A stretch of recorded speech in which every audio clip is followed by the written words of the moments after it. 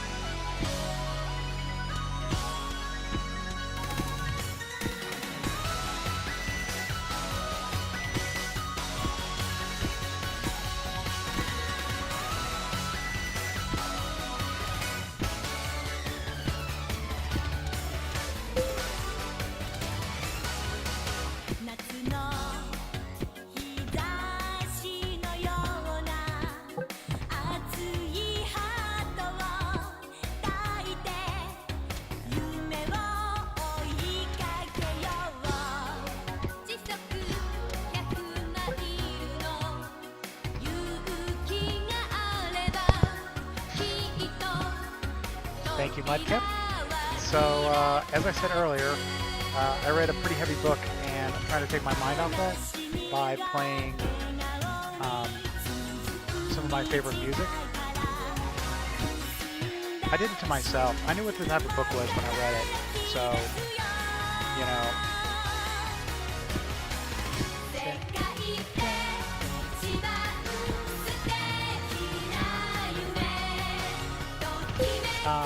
But I read what the book was. I knew what the book was when I read it, and you know, on the whole, my day's been pretty good.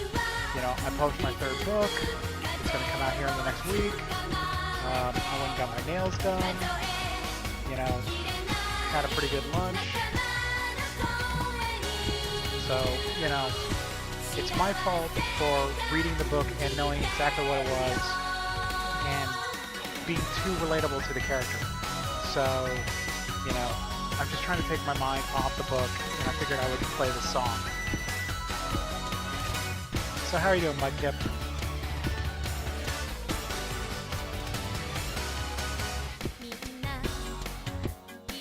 I can tell you honestly, I'm happy that the book had a happy ending. So that's a huge weight off my mind. So had it been me, in my typical writing, the main characters would have died. I probably need to write less depressing books.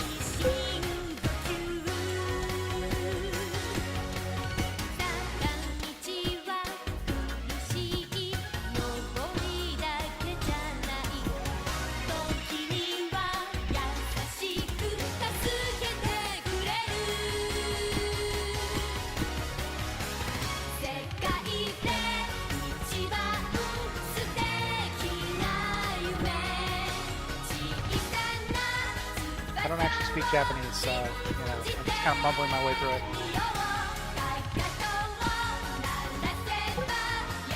Oh, what'd you try and stream?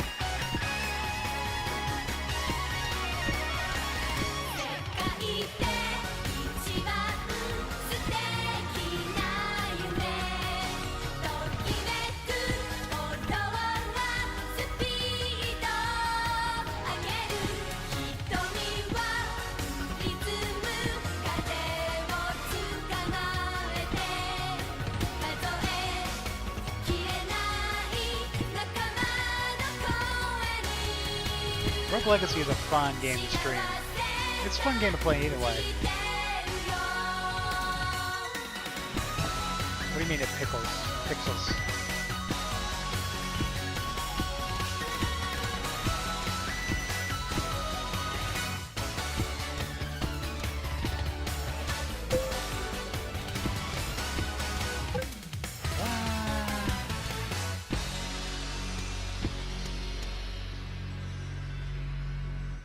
Boop.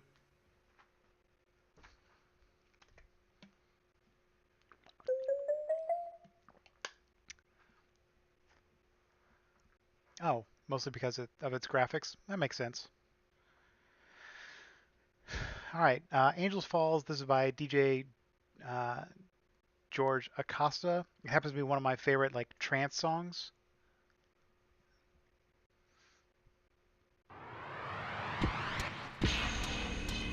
I might have actually played it before.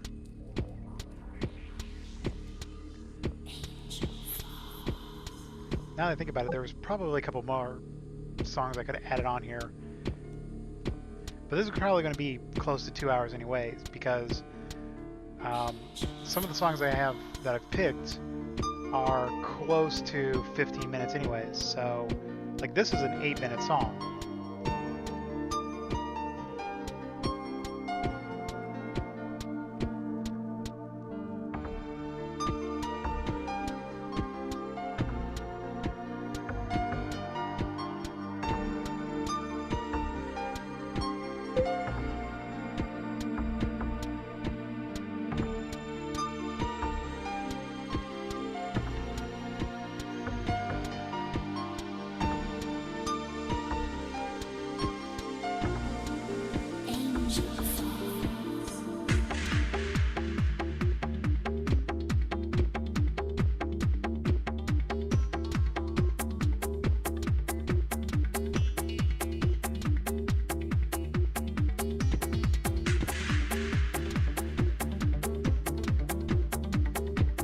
Something in my eye, which is really annoying. I'm trying not to blink.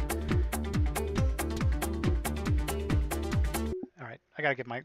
Oh, I know this is going to be terrible. I'm surprised you didn't get, like, OBS, Mudkip. Okay, well, that's not so bad. I still missed it, but still.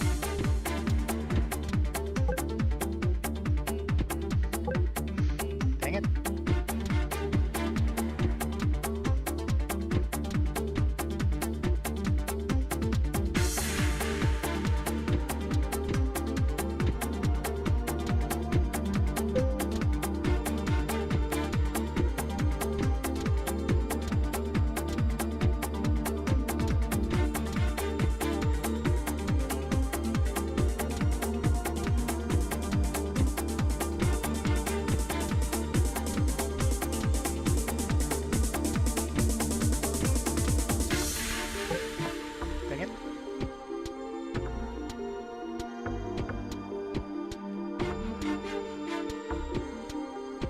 Like 70 degrees tomorrow. I really wish this weather would make up its mind on its temperature.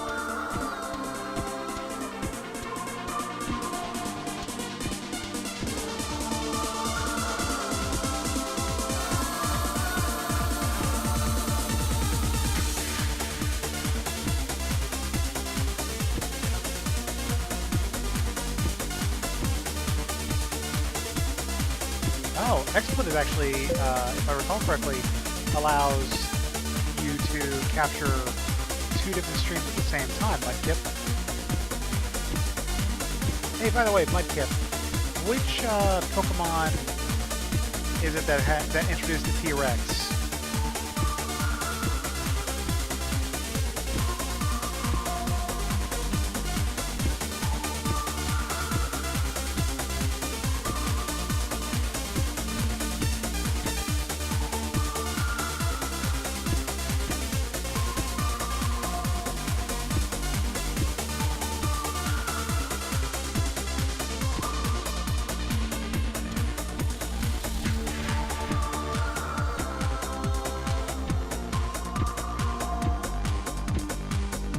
It may not actually be a T-Rex, but it kind of looks like it.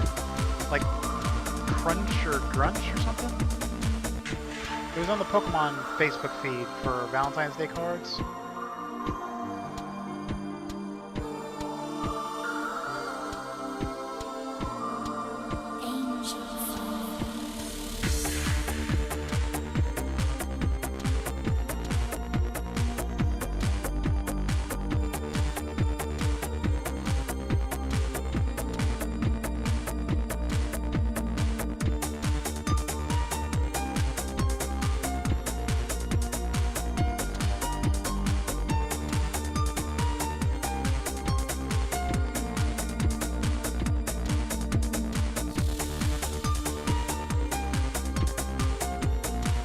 No, at least not on the Valentine's Day card I saw. It was brown, kind of hunched over, had short arms, kind of looked like a T-Rex.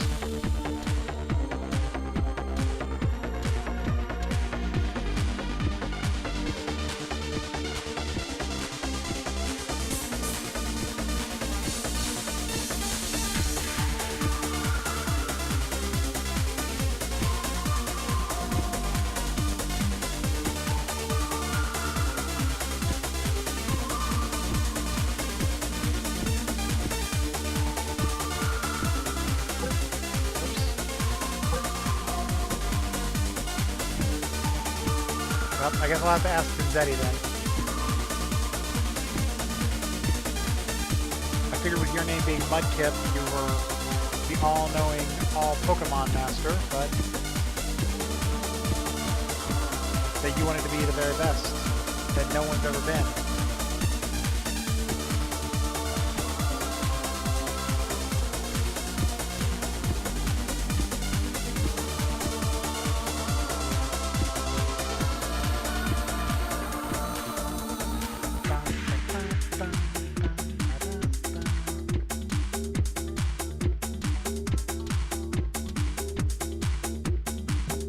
Whoops. That's what I give her looking over.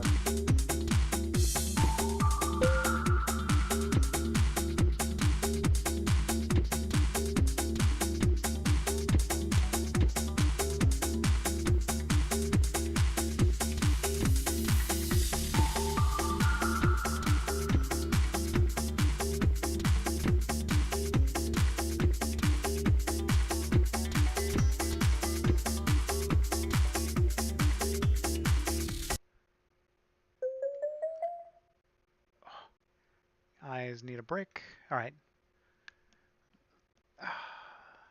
Ah, yes. Genesis of Next. This one should be good. This comes... I first found out about this from Cyborg 009. It was the ending theme. And it's one of my favorite songs to just kind of like... Whoops, wrong button. To just kind of listen to and, you know, soak it in. This is actually one of the songs that I will do intervals to. Because it has a nice kind of like good build up to it.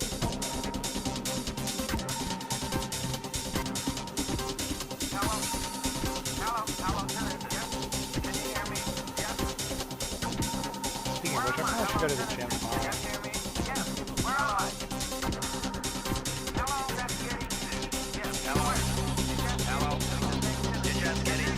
Oh yeah. My favorite part, the blues.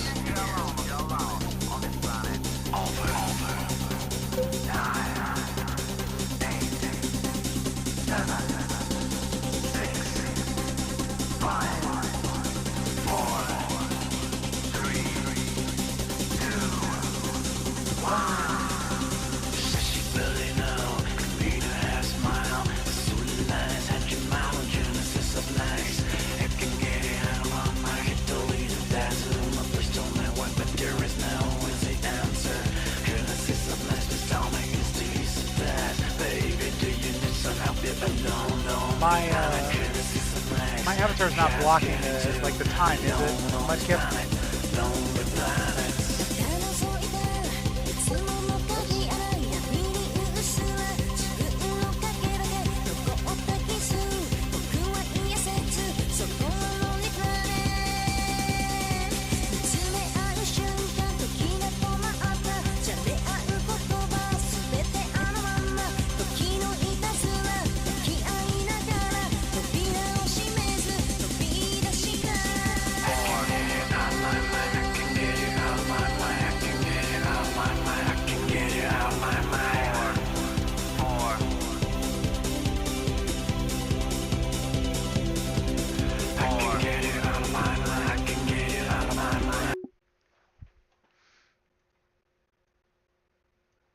All right, let's try that.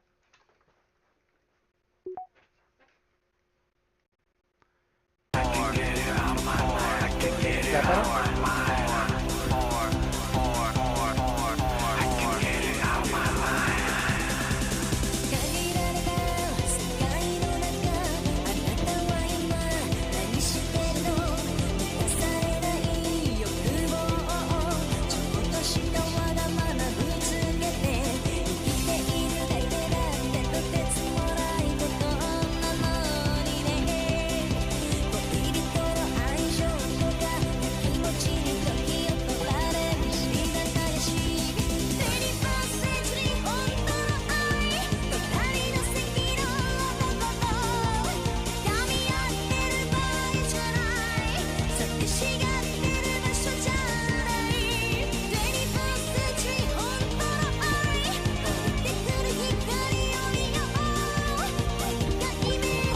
Okay, I see what you're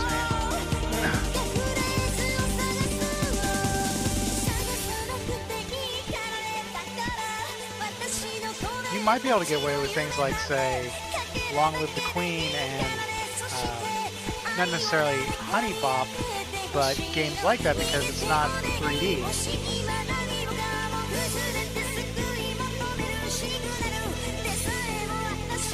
Take me back to the blue. There we go.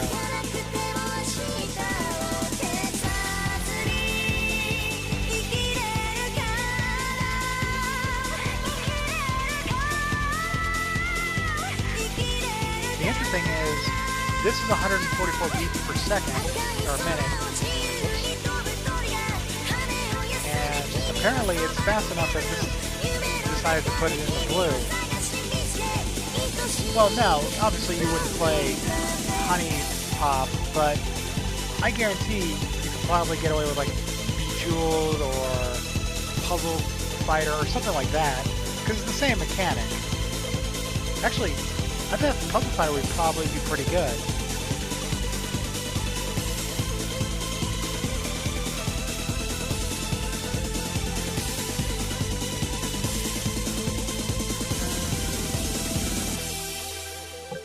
Oops.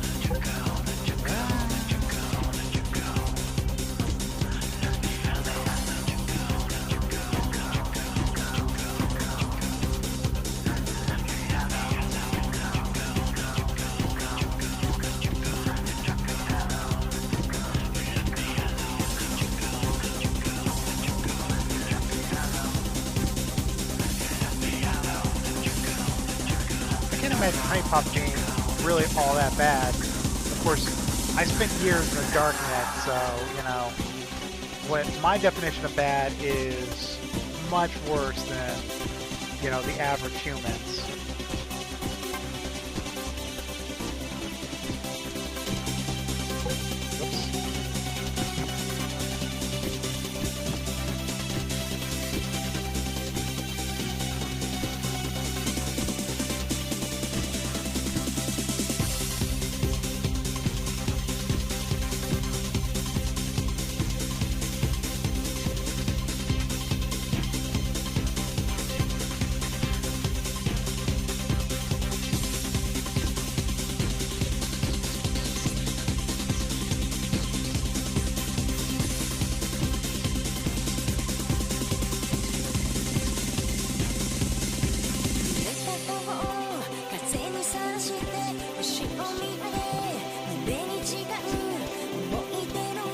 you're probably not average, Mudkip, but there are some things that I've seen that, you know, would turn a lot of people pale.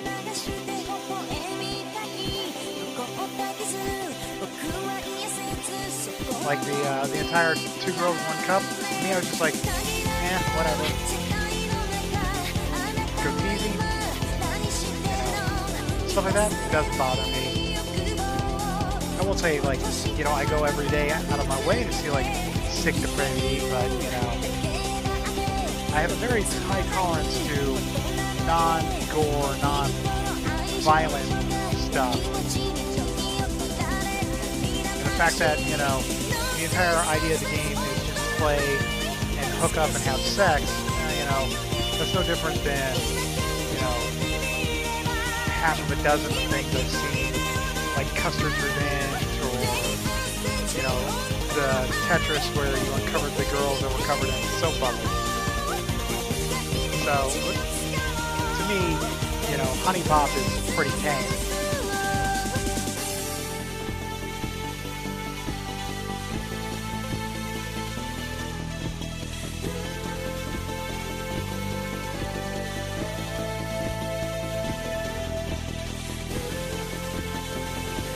Did you ever go back to Ark, Mudkip? This is a long slide.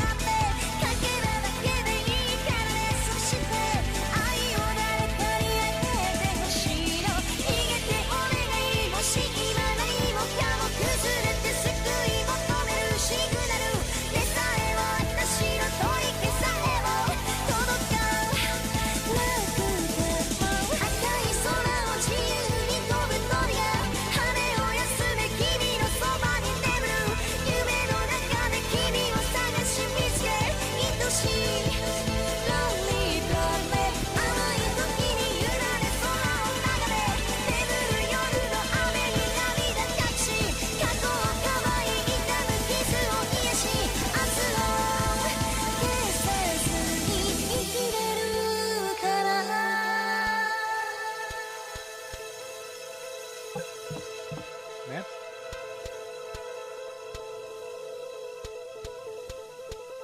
Come on, Jan, you can do better. You did DJ Boom Boom's Are You Ready for This? Volume whatever. That was like an hour and something minutes.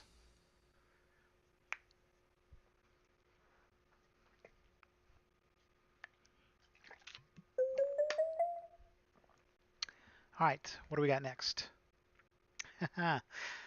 Alright, so this is perhaps one of my favorite classical Damn, I should have added in some of the Hall of the Mountain King techno remixes.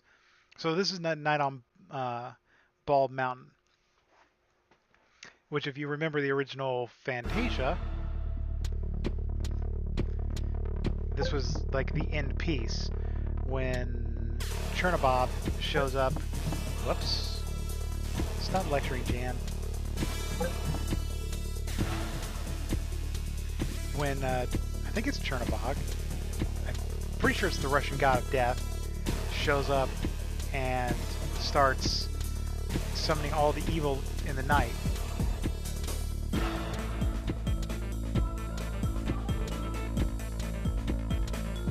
And I must have that patch, because I remember my Honey Pop actually showing, like, the goods, so to speak. Of course, personally, you know, I wish they had a guy's version of that, but, you know, whatever. Of course, you know, with anime male characters, all it would just be a blurry censor bar where their gentleman bits would be.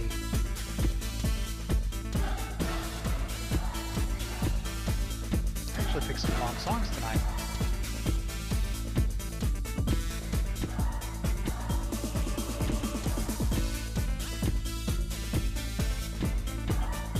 I bought it on Steam.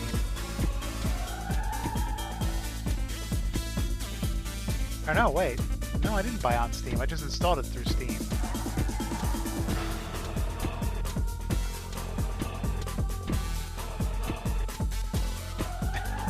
What, you don't like me talking about gentleman bits?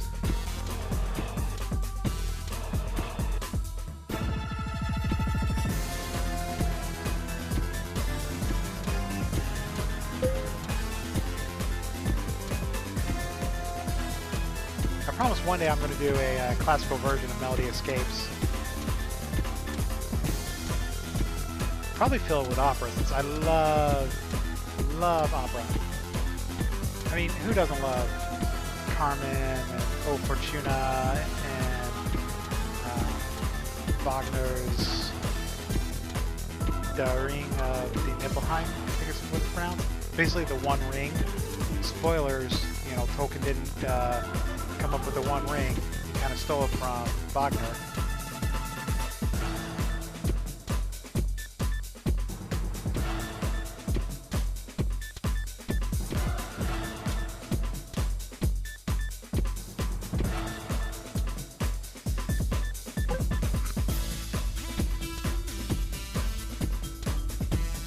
Hey, don't look at me. I don't know why Japan pixelates genitals. According to Cracked, it was something about like their culture and the way they interpreted it from us back in like the 50s. Like our ultra-conservative view the Americans had to sex in general, and kind of still do to a lesser extent. But supposedly that's where the genital blurring comes from. Personally, I've always found it kind of just annoying. Just like, why would you bother?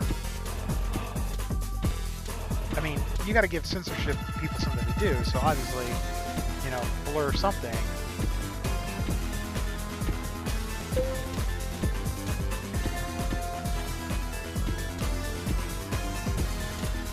Actually, so if you never had a chance, go look up Custer's Revenge, I think, for the Atari. Basically, it was, you know, a very poorly pixelated individual who was passing himself as Custard and going around having his way with Indian maidens. Whoops.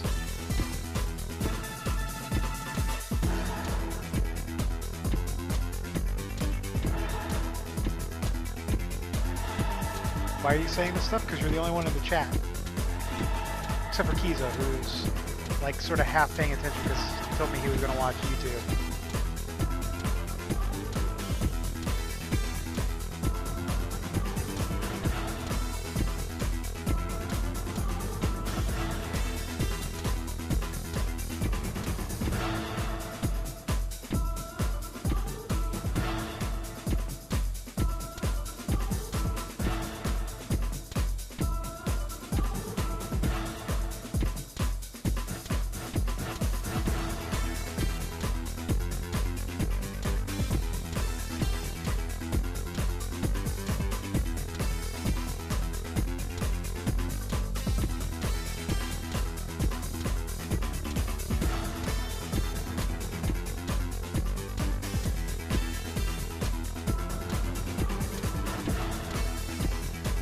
I have no idea what my mouth looks like since I'm, you know, biting my lip and licking my lips and stuff like that.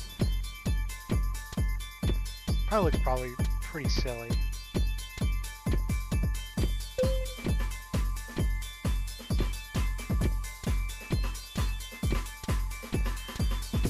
So this is exactly what I need to get my mind off the book I was reading.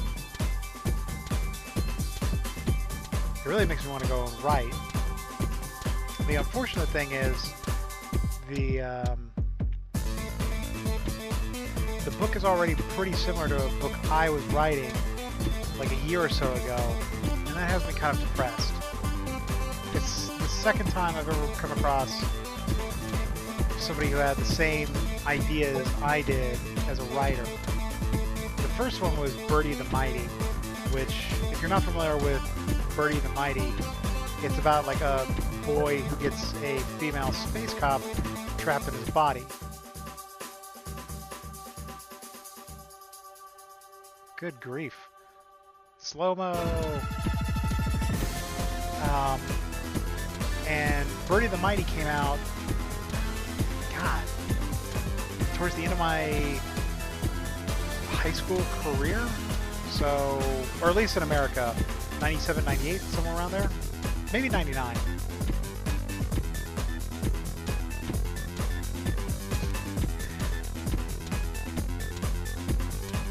And about 4 years prior, I had actually written, man, what did I call that novel? It was the first novel I actually finished, too.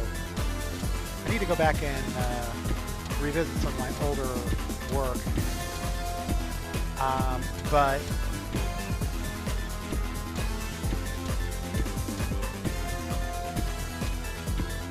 God, some of my original work was absolute shit. And here I am talking about going back and, you know, looking at it. What am I thinking?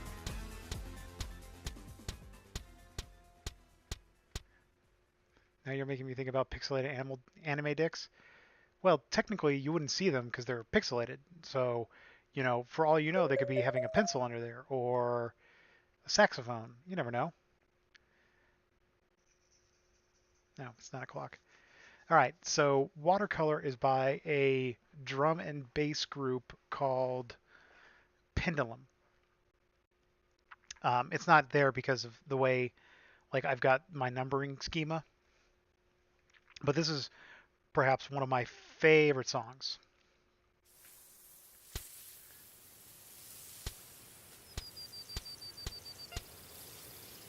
I want to do an animated music video to this, but every time I come back to it, I'm like, I don't know who I'd do an animated music video for this. I thought once or twice about Pokemon, like maybe Pikachu's struggles or something. Ugh.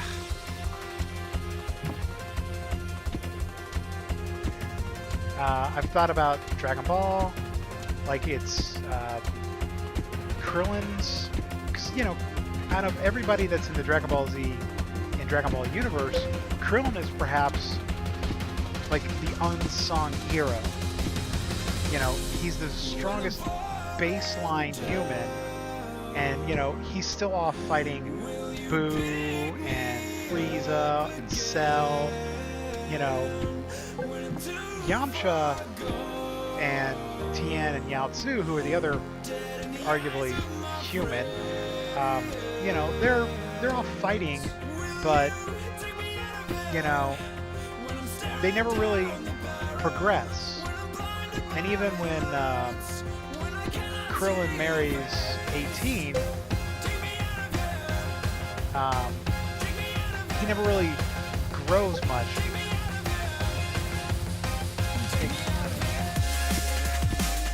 So the idea of having like a really uplifting song, you know, highlighting all of Krillin's accomplishments from Dragon Ball to Dragon Ball Z to Dragon Ball GT, I think would be actually kind of, you know, worthwhile for the character.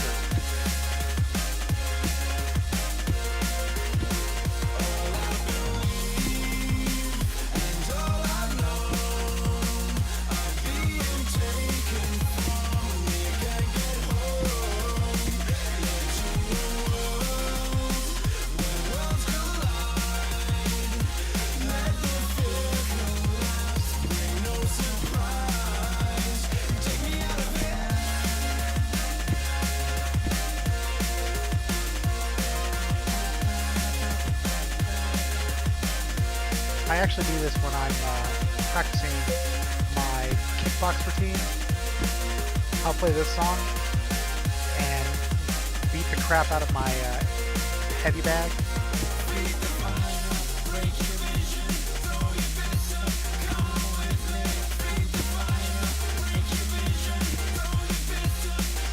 I would figure there's more like beats to the blue corner.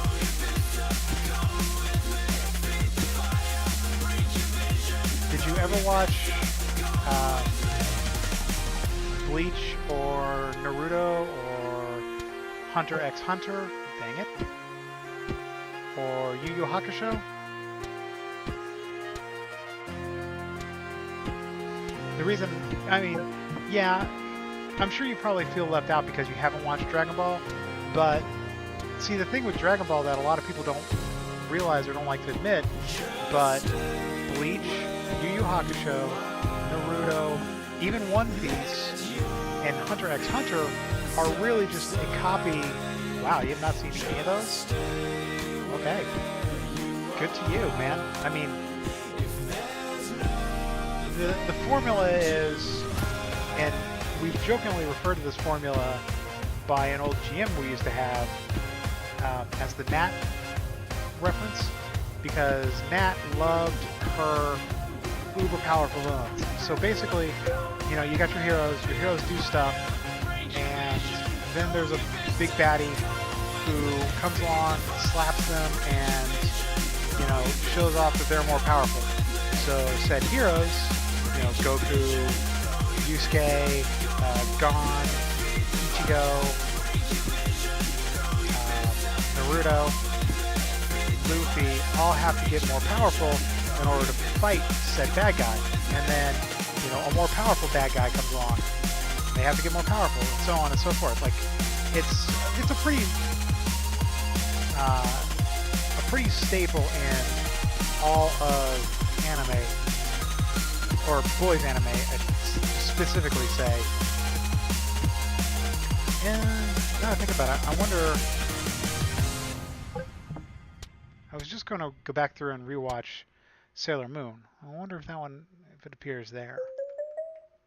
I'm gonna have to double check that. But yeah, the name of the band is Pendulum.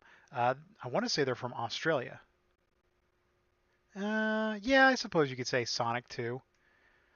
Oh yeah, Encoder. This is also by Pendulum. This is one of, like, I guess it's gonna play these guys like back to back. But you know, I love this song too. This is like a song I just sit and code to. Or used to when I had a programming job. And now I just play video games.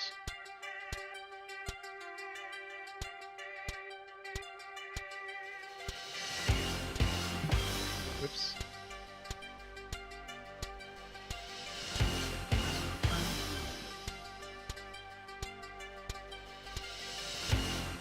You could probably get away with saying Mega Man too. Or Street Fighter. It's pretty standard.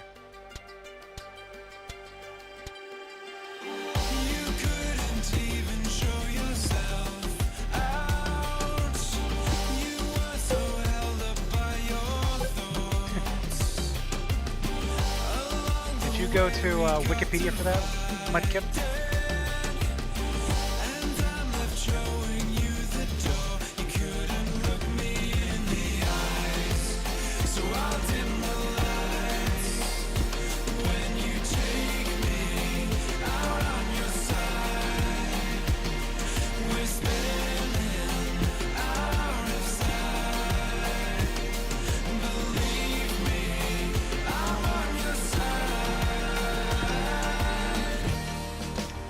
Are you talking about the entire plot to Dragon Ball I just laid out? I'm pretty sure Dragon Ball was the first one to do it. The first, like, commercial anime was Astro Boy, but I never watched it, so I don't know.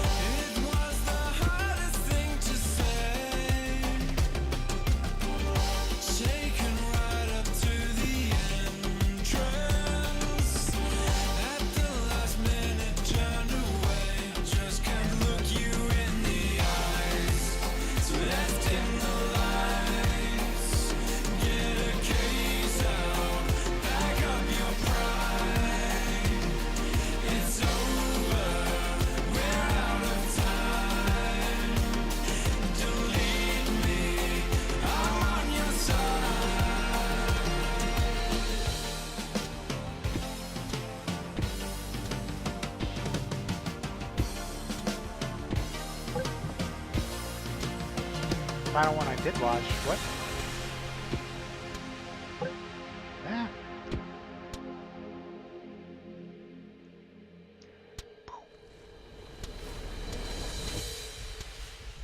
Or do you mean you watched the Sonic cartoon? Because if I recall, there was like 2 or 3 of them.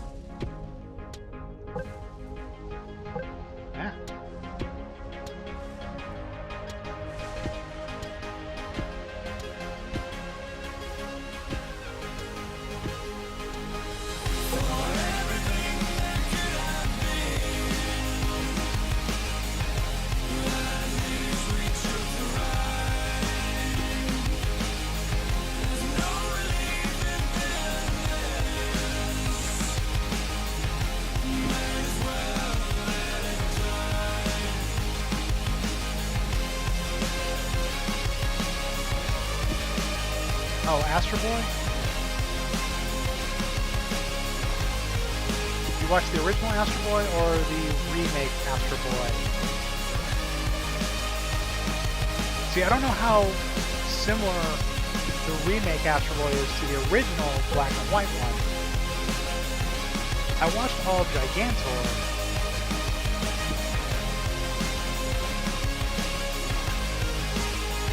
I should have watched Astro Boy since, you know, he was the creator of anime as we know it today.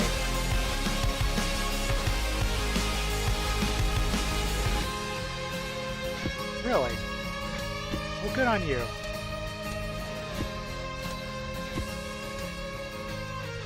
Whoops. I know there was an Astro Boy remake that was done by the same people who did Cyborg 009, and it was sometime late 90s when it reached America. But that doesn't necessarily mean that it was late 90s, because, you know, we've just recently started like importing a ton of anime from Japan, because, you know, they've been doing this for 40, 50 years now. Oh wait, no. It's 2017 Jan. They've been doing this for, you know, 60, 70 years it seems. Don't quote me on when the first anime came out. Hey Bunny, how's it going?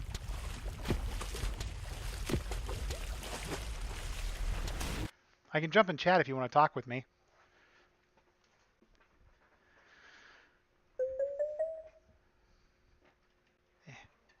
Let me jump in my Discord chat.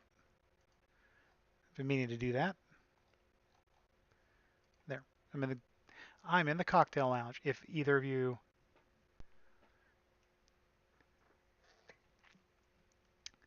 Really, Spyro? 1916? Wow. I will admit, wholeheartedly, my knowledge of Japanese history is quite terrible. Here's another song I really like. Go. Well, I mean, what am I saying? I like all the songs that I'm playing. I just recently found this one on Amazon. I remember listening to it when I was coding one day at home, and I was just surprised at like how haunting and how much it stuck in my head.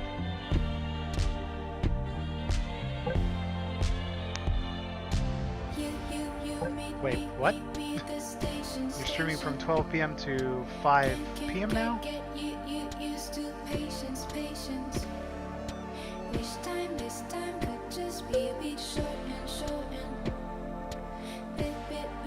Of course, you know... Oh, only 5 hours? Nah, that's not terrible. What brought that along, Bunny?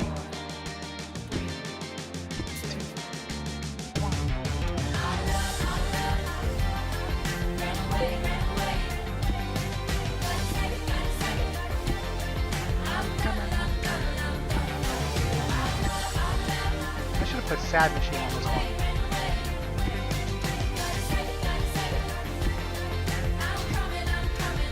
Are you taking another job?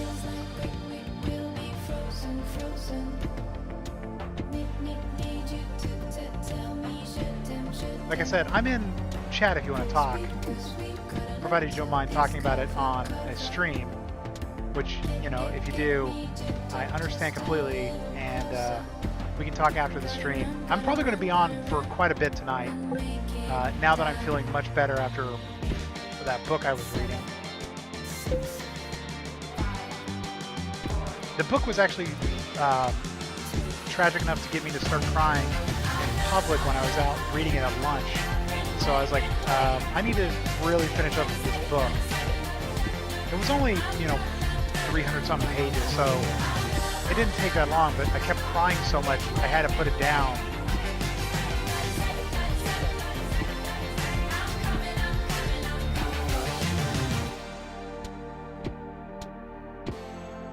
For a second I thought that said that's skill. was like, no, no. This is all more muscle memory at this point.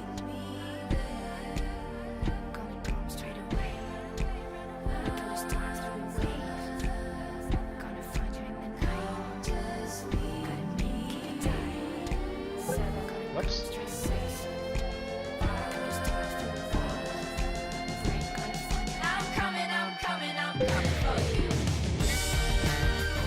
There's a lot of blue on this playlist tonight. The blue's my favorite part. I don't know why. I like seeing this character fly.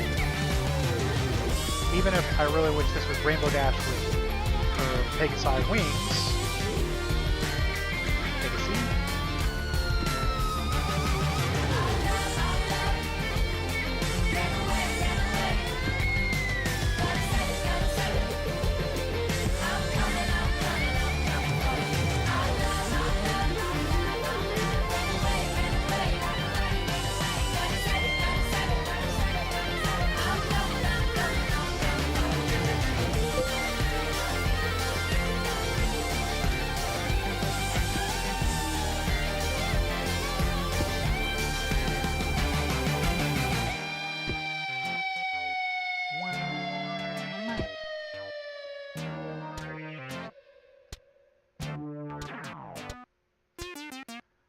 Alright, that's still 6, 12 to 1, 1 to 2, true.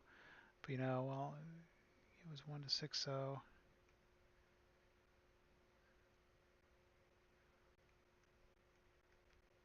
Yeah, Mudkip, you're right. That is too much animation for this game. And, well, you know, that's okay, Bunny. That creepy character. This is the one you requested. Or do you mean the one that's in the game? Because, you know, we can always change the character here on FaceRig. In fact, I could do that anytime I want. Oh, the running thing's supposed to be... Well, we can change that too. Oh, Expander. Oh my god, this is the first rave song I ever heard. Alright. Nope, I guess I can't change that.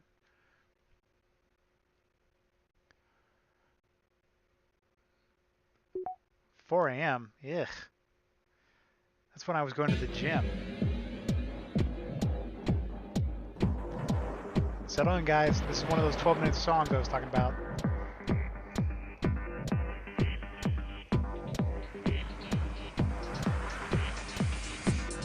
Man, I remember the first time I listened to this song. This song might be one of the reasons I have such a love affair with trance music.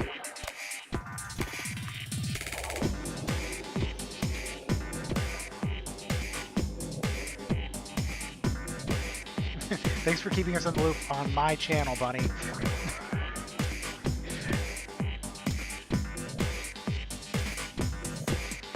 Any more history lessons, Alma? Let's see. I can give you some history lessons on like Romans or Vikings.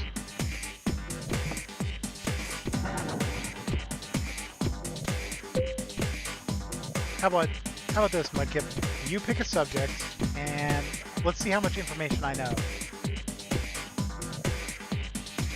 I used to be the junior varsity captain for our brain game team because I didn't want to get on TV, and so I purposely would miss questions to stay off the varsity team because the varsity team would always get these questions and they would have to be filmed once honestly like once a weekend or so.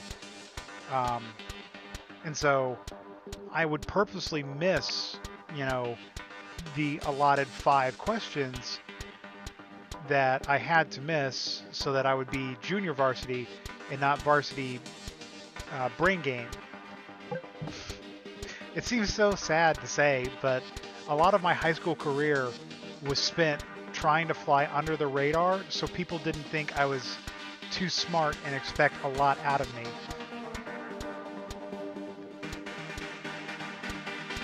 I was the loner who, at lunch, if I wasn't sitting with the stoners reading, I was in the high school library reading, or I was in the computer lab working on my books.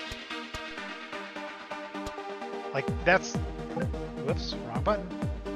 That's the type of nerd I was. Like, I was smart enough to know that if you were too smart, you got the wrong sort of attention. And I don't say the wrong sort of attention. I mean the sort of attention where they expect you to work extra hard and, you know, show up early and provide help to the other students and not actually get anything for it.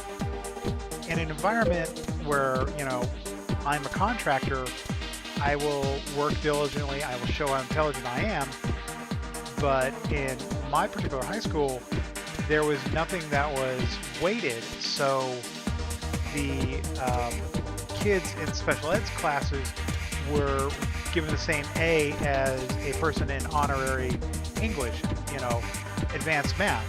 And I looked at that, I go, well, that's not going to help my transcript any, so I will just aim for B's and C's in the normal classes, and I will get away, and I'll have a lot more free time. And boy, did I. Like, through high school, I actually managed to sleep 4 hours a night, most nights. The rest of the time was spent writing or reading or playing EverQuest, you know, computer games or video games. Like, I spent next to no time on homework. And, you know, I would routinely sleep through my history class, and they'd, you know, if someone asked a question that, you know, the rest of the students couldn't answer, they would literally wake me up and be like, Jan, what's this question? And I'd be like, oh, the answer is, you know, Martin Luther King on, you know, this day at this time. It wasn't that, you know, I'm incredibly intelligent. I have a really, really good memory. And so when I get bored, I just read, and I read factoids and books.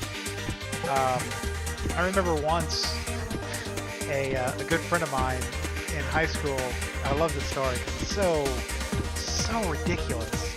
He was trying to impress a girl, and he had taped Jeopardy, you know, back when Jeopardy mattered, people. Something I hate about religion. Wait, history on something I hate. How about religion? All right, let me finish the story, and I'll give you some knowledge on history. So he had taped Jeopardy, and I don't remember which episode it was because, you know, they're all like relatively straightforward episodes. And so he spent, I don't know, the better part of a week memorizing the answers to this Jeopardy. And so, and I'm not making this up. I can't make this up because it's too silly to do. And so, like, he was, you know, he memorized these answers. And so he invited the girl over to show off how smart he was. They were both doing homework or, you know, trying to make out, or I don't remember what. I can't remember what his excuse for getting the girl over was. And so he pops in Jeopardy because I guess her type was like super brainy. And, you know, he was a smart kid to begin with, but he wasn't like Jeopardy smart. He wasn't going to be Jeopardy smart. So he's playing this Jeopardy, and he goes like a couple, you know, answers. He goes, you know, I bet I can answer these, and, you know, for every answer I get right, give me a kiss or something like that. And so she jokingly plays along with it, and I know this is true because I was friends with both of them. So I got the same version from both of them, so I know this is true. And so he's asking, like, Alex Trebek is asking the question, and my friend is like, what is the Revolutionary War for blah, blah, blah? And, you know, he's answering all these questions, and she's just like, damn, he's brainy. He's got this. And she goes to the bathroom, and it was during a commercial. And so this is before we have TiVo, mind you. This is the 90s. We don't have TiVo yet. And he is paused the video, because this was a VHS, so that when she gets back, he can pick up where he was. If she gets back and she sees the remote, because, you know, it's a VCR remote, you can clearly see the difference between a VCR and a TV remote. And she pretty much figures it out and sees that he has the VCR playing. I don't know how she couldn't have heard it, because VCRs are fairly loud if you've never heard one. So she was so pissed at him. They laugh about it now. They're actually married. But, you know, at the time, oh, it was hilarious. I felt so bad for him. I'm like, you are an idiot. It's like you couldn't have caught it on a rerun or something.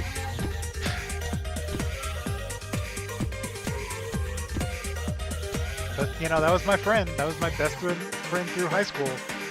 You know, he was something else. Yeah, VCRs are fucking loud. They are extremely loud. I don't know how she didn't catch it. The best guess I could think of is she might have thought he was recording it so that, you know, he could later watch it back. Because, you know, that's a typical normal thing people will do. They'll just record Jeopardy.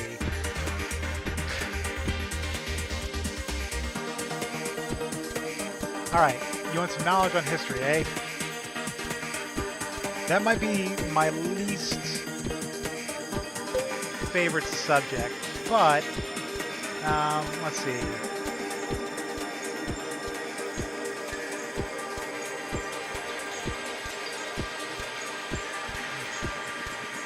I'm trying to think of like history facts I can give on religion. I mean, other than the common ones that, you know, there's a good running theory that Jesus Christ was not born in December, but due to the taxes and fields and stuff, was probably born closer to April or May to coincide with planting season and stuff like that. Because you got to remember, in the Ye Olden world, hey Hunter, how's it going? In the Ye Olden world,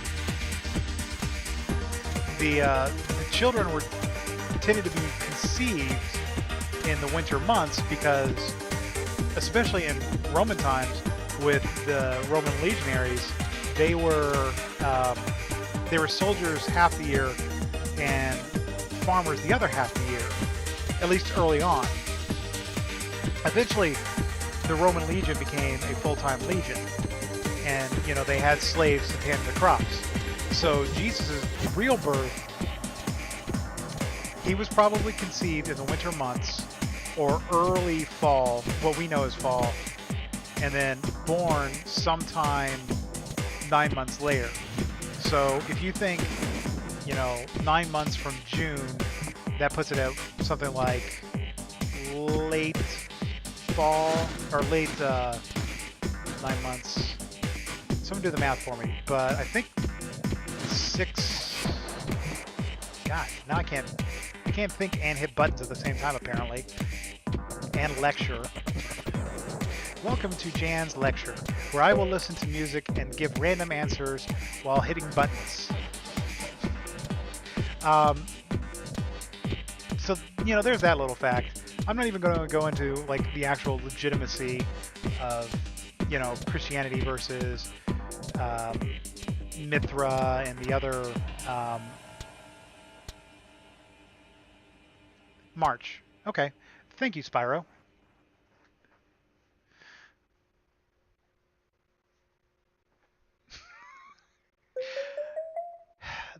The reason I don't really do a lot with religion is because religion is such a it's such a hotbed issue. Because you can't really, everybody can argue one way or the other about religion. You can't really argue about history. And, you know, for those of you undereducated, and I say that jokingly, delirium. I remember listening to this every day in college when I was pissed off at my new media instructor. For those of you that are not aware, I am a Odinist, which basically means I worship the Norse gods. Specifically, I worship Odin. And the reason I worship Odin is because he is the god of knowledge in the Norse religion. And being that my family is related more or less to a good chunk of Vikings, to me that seemed like a great kind of like religion for me to pick. So with religion, everybody gets so upset over, you know, Muhammad being prophet, Jesus being real, whatever Judaism believes, you know, being whipped or something. I don't remember. And I'm not making light of Judaism not being, you know, persecuted throughout their entire life. But, you know, I'm just saying, like, with religion, people will argue until they're blue in the face. But with history, you have the facts. You've seen that for the past 5,000 years, wink, wink, hint, hint, that there is so much information at our disposal that we can come to scientific evidence. And I mean, the thing with Jesus, like I just said, where based on the Roman crop planting, you know, he was probably, as Spyro said, he was born sometime in March. And, you know, you hear what I'm saying? He, not supposedly or anything like that. Because, you know, there probably was a person named Jesus back in that time. You know, I love my ancestors, but they're not actually all that more intelligent than we are now. They just have different ways of doing things. That's true. Nobody can argue with space magic. Obi-Wan, crap, I died. Obi-Wan is the epitome of space magic.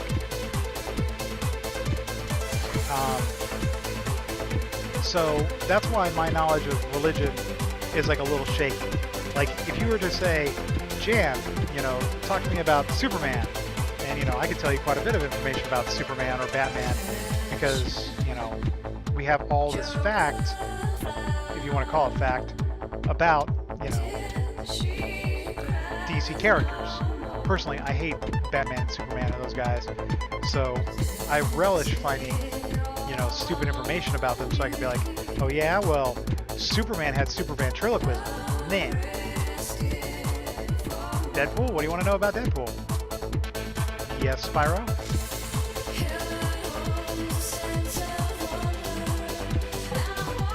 Harry Potter or Star Wars? Well, so Bunny's going to hate me for saying this, but I've only read one Harry Potter and I've only watched one movie.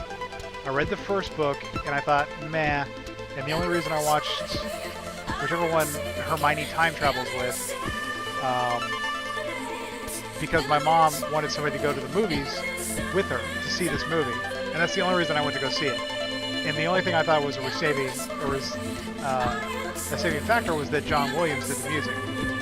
So I got to tell you, I'm a Star Wars fan over Harry Potter.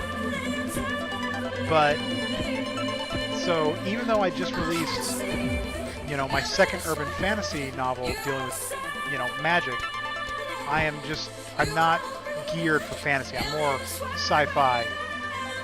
Use the Force jam, right? These are not the droids you're looking for. What do you mean bad armor?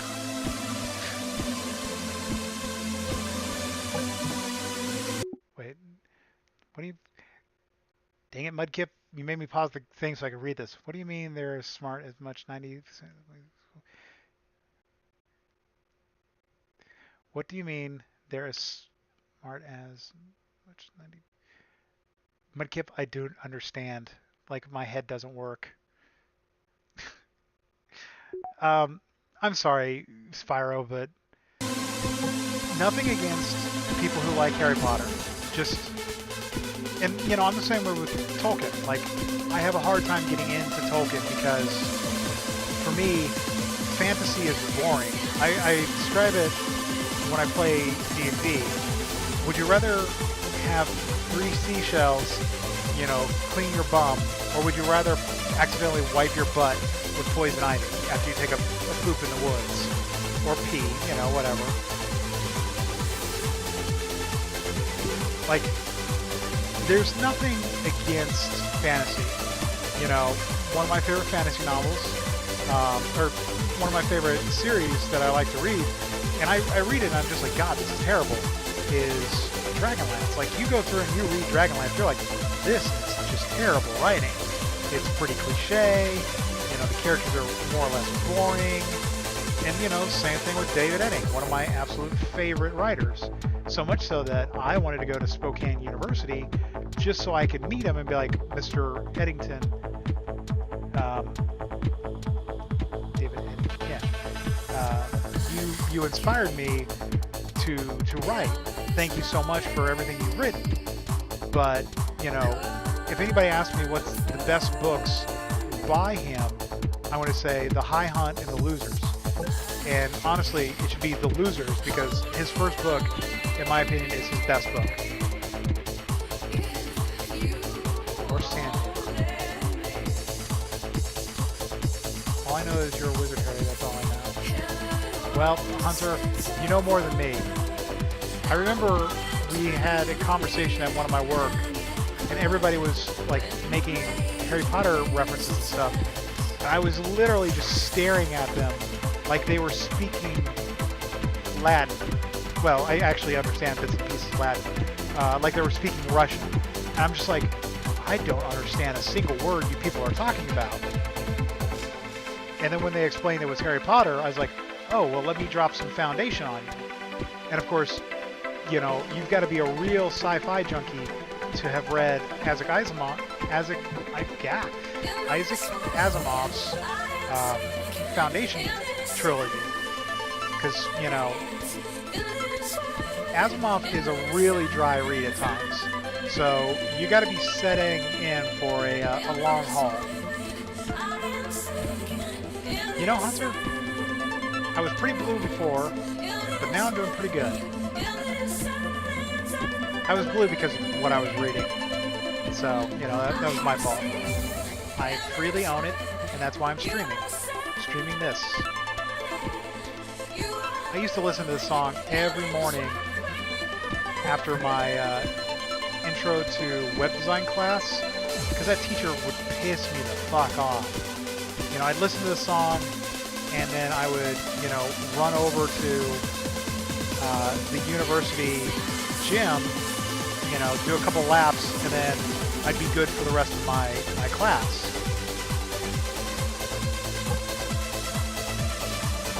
Well, I mean, you can judge me. Anybody can judge. I'll just stare harshly at you through the monitor.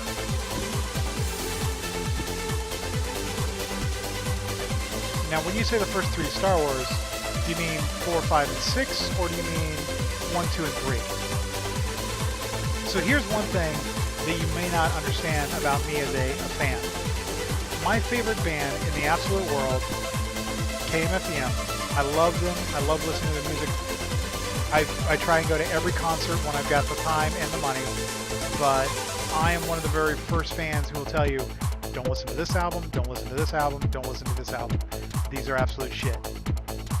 And I'm the same way with Star Wars. Like, you don't like 4, 5, and 6? That's fine. You're not going to hurt my feelings by saying, you know, A New Hope is absolutely terrible. I was talking with my brother quite literally yesterday about this, about how none of the Star Wars characters, except for Harrison Ford, are really main characterish. You listen to jazz when you cook? I listen to jazz when I'm biking. You know, that's fine that you got bored watching it. There's no harm in saying you saw something and you didn't like it. Now, am I disappointed? No, not really, because, you know, I've met tons of people who've watched or haven't watched certain things. Supposedly this song is a remix for Ghost in the Shell. Supposedly. I don't think it is. When we get through with this playlist, if people want, I can go through like the rest of my music and we can just pick random songs from my playlist for you. I got some jazz in here. I got opera. But, so, okay, as a Star Wars fan, here's what I said. My favorite book series of Star Wars is Timothy Zahn's Heir to the Empire, because that introduces Thrawn, which, in my opinion, Thrawn is my #1 favorite bad guy ever. I wrote I did a blog post actually on my list of heroes and villains, and Thrawn he was in the top 5 easy. And I want to say he was #3. You never get Ghost in the Shell? We can talk about that here in a second. But so as a Star Wars fan, I have maintained for the longest time my complaint with episodes 1, 2, and 3 are not the way they were made. Like, yeah, I don't like Jar Jar Binks, but you know what I also didn't like? I didn't like Ewoks. So to me, they're about the same. My complaint, and this is as a writer, I hate continuity errors. Like, they drive me up the wall. And that's actually what took Altered Realities, the book I just released today, so long to get finished, literally 10 years, is because I was going through and I would do something in a later chapter that literally altered reality, and I had to explain how that happened. And so, the story grew out of my hatred of continuity error. And so if Lucas had not relinquished the reins and had said, you know what, I'm remaking 4, 5, and 6. As a Star Wars fan, I would have found George Lucas at a convention, walked up to him and shook his hand and said, Lucas, thank you. Please do fix the continuity errors. And that's my only complaint with 1, 2, and 3. I like Qui-Gon. I like young Obi-Wan. I actually know Jake Lloyd. I actually have met Jake Lloyd because he used to live in Carmel, Indiana, right down the street from me. So, I've got nothing but respect for the kid, and I feel so bad that the Star Wars fans are such dicks to him. So, don't feel bad. And I'm never going to rib somebody for something they haven't seen. Because, I've never seen Indiana Joneses. I've never seen Rambos. I've never seen Rockies. So, I am so far removed from pulp culture. I'm just now, within the last couple of years, finished watching Star Trek The Next Generation. Do you know how long that's been off the air? Years. 20, I think. So, I'm not going to get you any time for that. So what don't you get about Ghost in the Shell, Spyro? Because, honestly, Ghost in the Shell is perhaps one of my favorite animes. Night on Disco Mountain. So, speaking of flashbacks, this is from Saturday Night Fever. It's a disco version of Night on Bald Mountain. Oh, did I say Spyro? I meant Hunter. Sorry. Hunter. I'm so sorry, Spyro. I was talking to you, that's why I was thinking about it. What don't you get?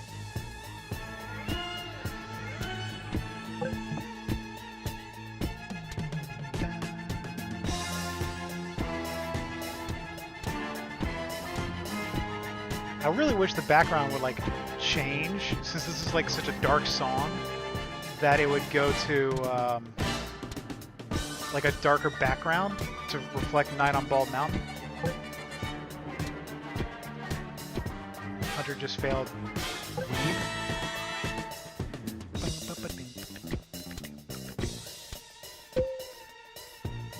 I'm actually going to be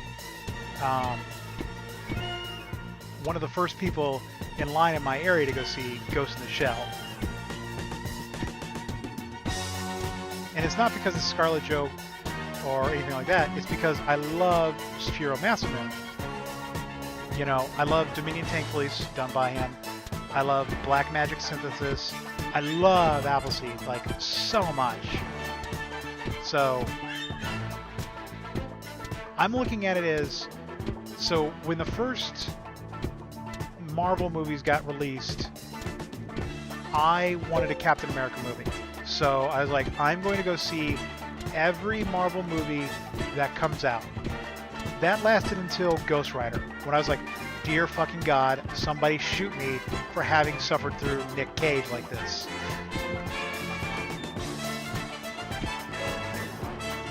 I'll tell you something that this song is called Night on the Disco Mountain, but it's a disco remake of Night on Bald Mountain, which is a classical piece you can find in the Fantasia soundtrack. There's tons of remixes for this particular song, just like in the Hall of the Mountain King. So if you hate ScarJo, have you ever looked at her mouth? Because ScarJo has like a bunch of crooked teeth in the front of her mouth on the bottom lower level, and every time I see her now, I just think of those, you know, like broken, mangled teeth. They're not mangled, but you can tell she didn't use braces.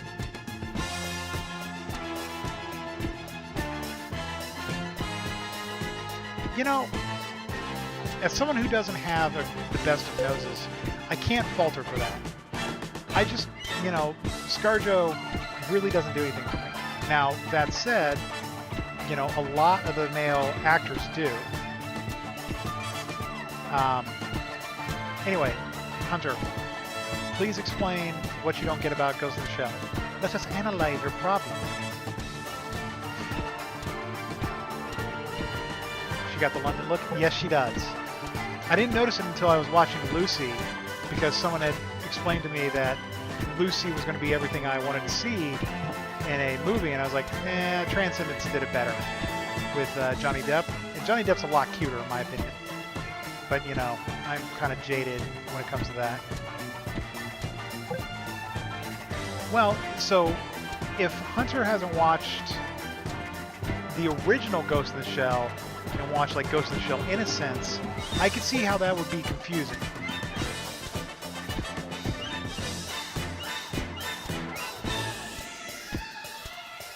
Okay, so that's actually a great question. Actually, give it a minute, Mudkip, give it a minute, Mudkip, and you'll see the name. Because it'll pop up once I'm done with the song. So what they are full conversion cyborgs, which basically means they are human brains, in the case of Major Kusanagi, in a robotic shell. So if you want to look at it this way, they are, for all pretense and purposes, robots with a human brain.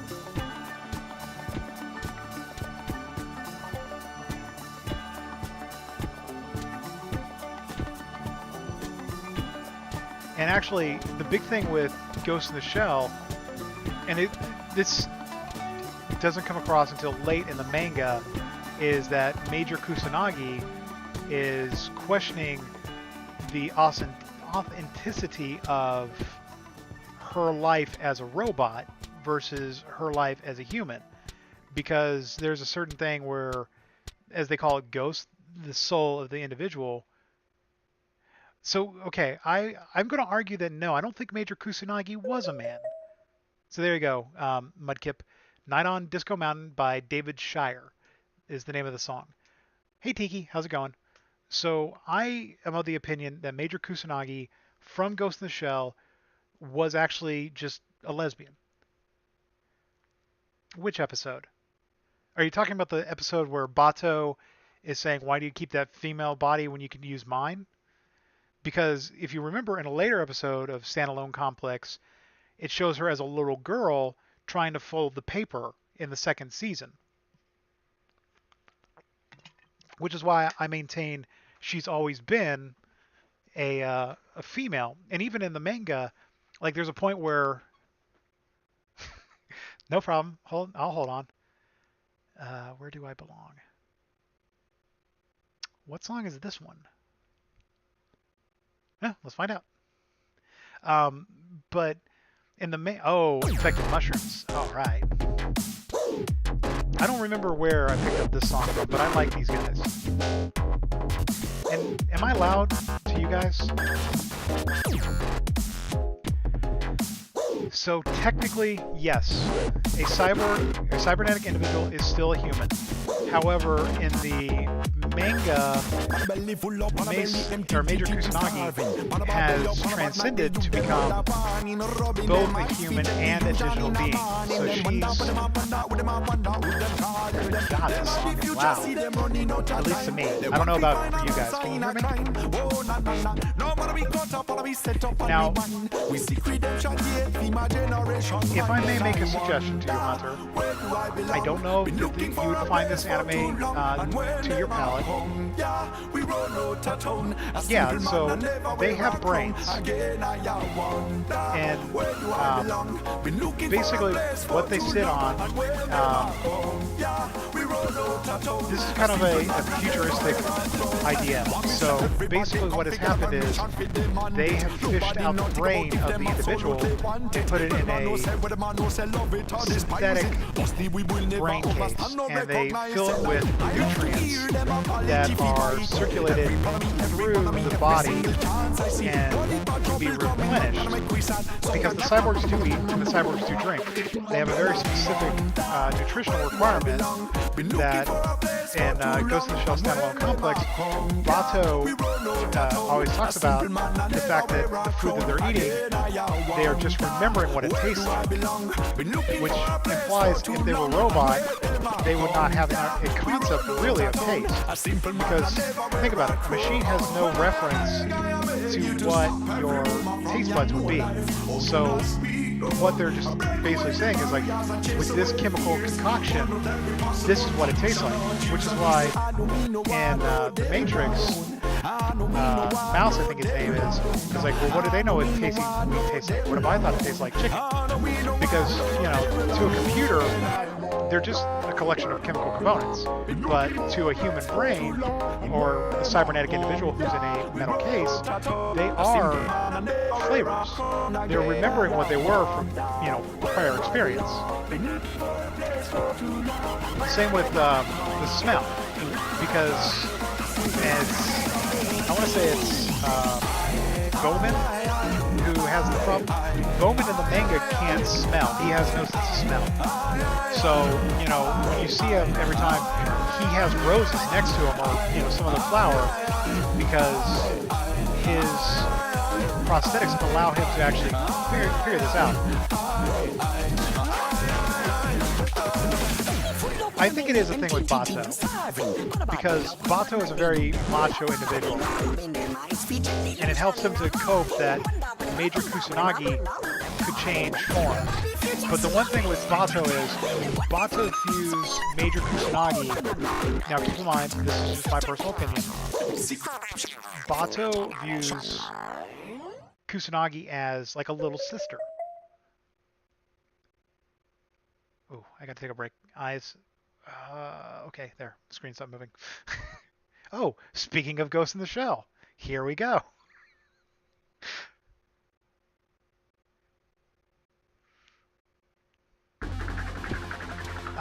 But Hunter, if I may make a recommendation for anime, and this is perhaps my second favorite anime, go find Armitage Polymatrix. Armitage the Third Polymatrix. As much as I hate Kiefer Sutherland's voice acting, Elizabeth Berkley really makes the part of Naomi Armitage better. Because the American dub, I'm not about to tell you how the Japanese is, because I don't listen to Japanese, I don't speak Japanese. But Armitage is a robot, and she questions her own humanity because she's made to be human, as close to humanly possible as possible, including the ability to have a child. And I think you might relate better to Ghost in the Shell if you watch that anime.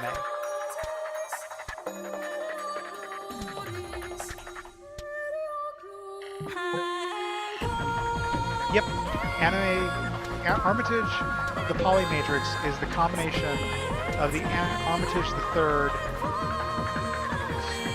Good grief. Armitage the Third OAV series.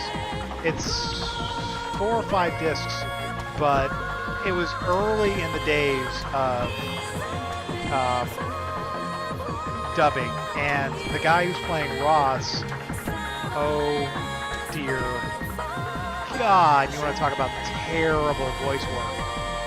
Like, he's shouting, this is a really long grind, he shouts at Armitage when they're like right there, but with Keith Sutherland playing as Ross Syllabus, it's, you know, Keith Sutherland, so dish passionate.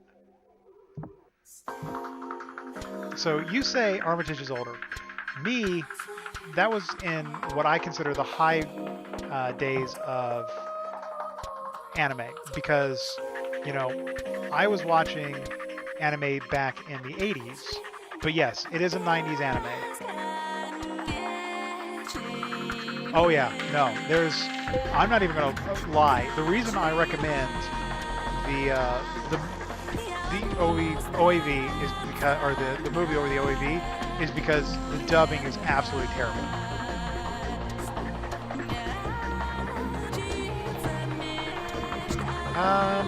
You might have seen Armitage if it came out. Now, I've watched Dual Matrix, which I was kind of disappointed with Dual Matrix because Dual Matrix does not have the same sort of emotional resonance with me that Armitage the First did.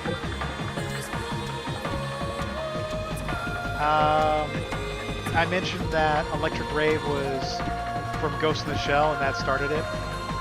Don't get me wrong, I love anime. I'll talk about anime for hours.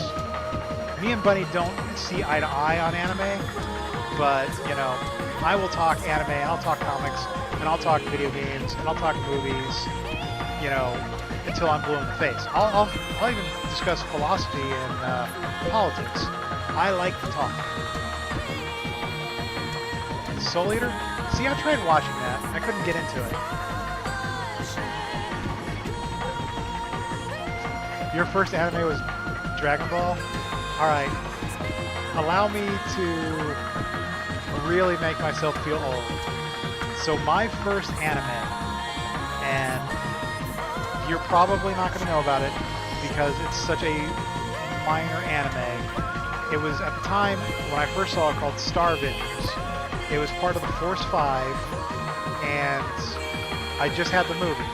But I watched that movie over and over and over and over again, to the point where I had memorized every line of every character, and I then went out of my way to start watching what was, in America, Star Blazers, and then Voltron, and then, what was the other one I started watching?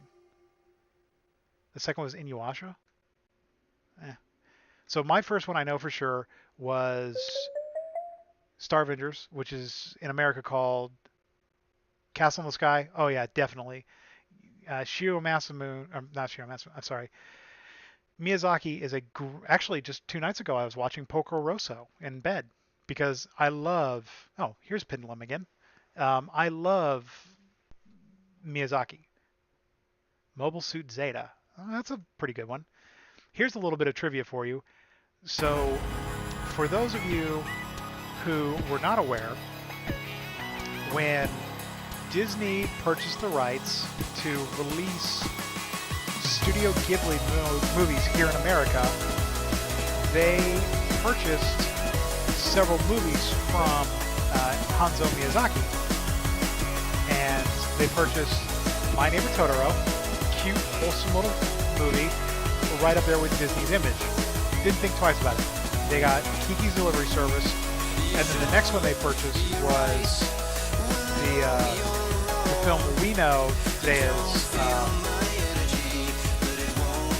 crap. What is it? Crap. I want to say Wolf Rain, but I know that's wrong.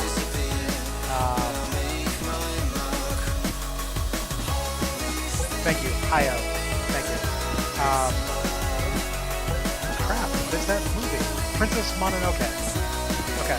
So they purchased Princess Mononoke based on the strength of the first two movies. You know, they had seen Kiki's Delivery Service and My Neighbor Totoro, didn't think anything about it because they're like, oh, this guy just makes... No, it was Princess Mononoke. Because at the time, it was the most violent movie in the Disney catalog next to The Black Cauldron, which a lot of people don't remember because they quickly buried that one. Right, Princess Mononoke is amazing. But, so what happened is, they released it and someone watched it and said, oh, Jesus Christ, this does not meet the Disney image. What do we do? And so what they did is they made a little company that quickly went under and was purchased by Pixar, if I recall correctly. But either way, the company was created so that people would not sue Disney. And this company went out of business, and then the license eventually reverted to whoever got it today. But at the time, when it was first released, Disney was so worried about blowback on their image that they couldn't rightly say Princess Mononoke was one of theirs. So, here I am giving history lessons and stuff. And so, technically speaking, that's the one Disney movie that is the most violent they've ever had in their connection. If you don't want to count, like, now that they've got all the Star Wars universe. I agree. I think Princess Mononoke was a great statement piece for what Miyazaki wanted to make. Well, see, at the time, they didn't know about Nazca of the Wind. They had only had a brief sampling of the Miyazaki catalog, so to speak. But definitely, if they'd known about Nazca of the Valley of the Wind, they would not have bought that one either. And I want to say that My Neighbor Yamada's would have also been turned down too, because of the simple fact, you know, it was a bunch of Tanukis and they have their balls hanging out. Because let's face it, their image now is family friendly. Hey Kizo, how's it going? I hope I wasn't keeping you up. So, you know, but Miyazaki, with the help of Disney, earned the title Disney of the West because, you know, primarily of the strength of his light-hearted character.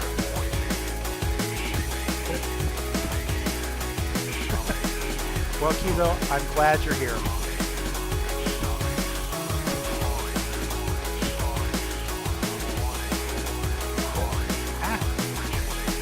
I'm having a great time sitting here talking, lecturing. Like, you guys have no idea how much I like just hearing the sound of my own voice. I don't know if the anime character can represent my smile, but I hope she does.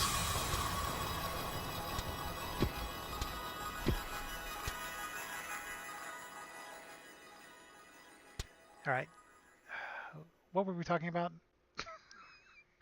You have to be a narcissist a little bit to be a streamer, because let's face it, Spyro, you're sitting here 9 times out of 10, you're talking just to yourself. So you have to have an ability to be kind of a narcissist, where you have to be like, oh, today I did this, yada, yada, yada. You have to think about stuff like that. Up, guys, we're going back to the 70s. Dancing Queen. I don't know why I picked this one. But you know what? Who cares?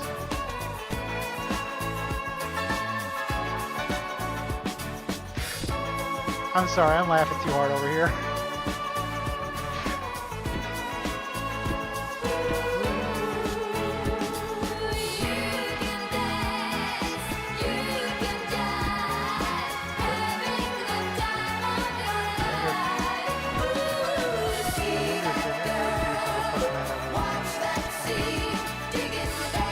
You know, I doubt they're going to overdo something like that. I am honestly more than a little shocked that Disney is going to continue writing or endorsing Star Wars. Because if you really think about it, so, alright, some more history for you guys. Because, you know, there's a lot of Disney movies that are out there that they kind of like cover up. So, my favorite absolute Disney movie ever, not animated, is The Black Hole. And The Black Hole was a commercial success by all rights, but Disney does not talk much about it because it's such a dark movie. Because, you know, spoilers for anybody who hasn't seen this 45-year-old movie, because it's fairly old at this point. You know, a guy goes mad in space, shocker, and kills people on his crew, lobotomizes them, quite literally lobotomizes these people, and then plunges himself and others into a black hole, hence the name of the movie, Black Hole. So, you know, Jesus Christ, that's really dark for a Disney film.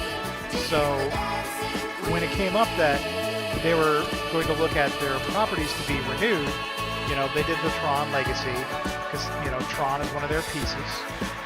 And then they started working on a remake of The Black Hole, which, you know, my fangirl heart just went pitter patter pitter, because I was like, oh my god, you know, I remember listening to the score of this, and John Barry's music was just, you know, awesome for the movie. Like, the song that was the main title for The Black Hole was just so desolate. Like, you were like, oh my god, like, I feel like I'm in the middle of, you know, a black hole. And then Vincent, the little robot, had such an epic score. So when they said they were going to do it, I was so excited. And then about 2 years later, they said that it was too dark and they would just drop the project. So the fact that they're picking up Star Wars, which, you know, Star Wars is all about having hope, dreams, and aspirations.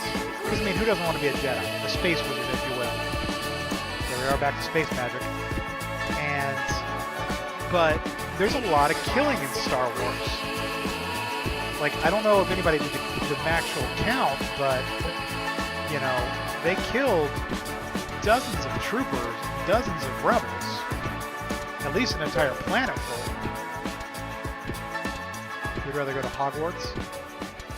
Well, then fine, you go to Hogwarts. See if we care. Boop, boop, boop, boop. So, you know, the fact that Disney picked that up, I understand why they did it. From a money standpoint, it makes tons and tons of sense. But from the standpoint that they want to make wholesome family movies, it's a little right. That's the entire reasons, Mudkip.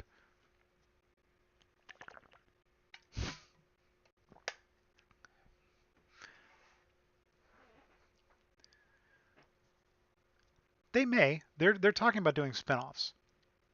But so, Mudkip, more facts for you, because I love giving facts. Oh, I think this is the closing song to You're Under Arrest. Don't abuse the magic spy. I have no idea what that means. But so, originally, the movie Tangled was aimed at 10-year-old boys. Now, if you've watched Tangled, you know it's the story of Rapunzel. So what happened, since it was originally supposed to be the story of Flynn, they showed it off to, you know, 10-year-old boys, and the 10-year-old boys weren't interested. So Disney was like, oh shit, we're having problems. We can't appeal to this particular demographic. So they purchased Marvel, because boys naturally are more inclined towards, I hate to say this crassly, but, you know, violence and action. Whereas little girls are more interested in, for the most part, story and romance and character development. They always will be. Just because it's kind of the way our brains are wired over...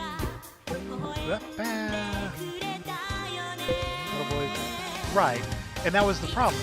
They were watching this movie and they're like, we don't care. So Disney purchased Marvel. And it was, God, was that a great gangbuster move for them.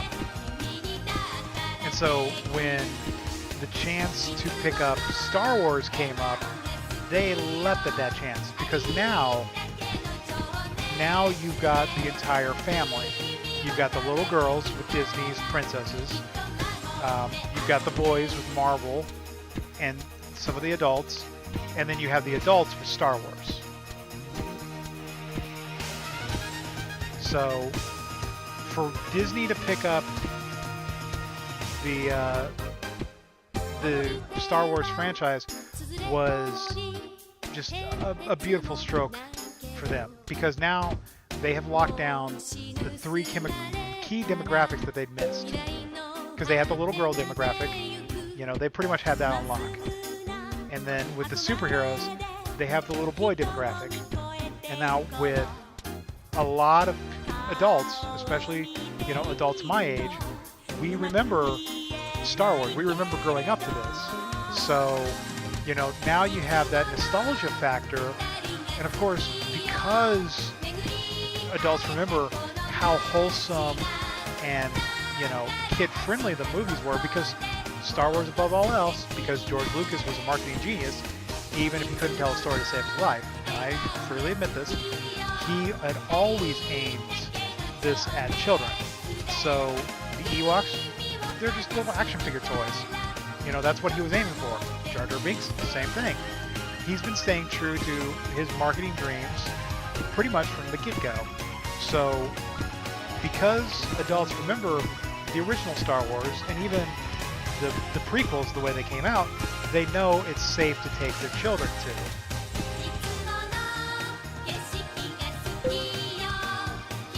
Is that an actual number, Mudkip? Did you actually look that up? Because I wouldn't be too surprised, because they never give an actual figure for how many people are on Alderaan or the 2 Death Stars.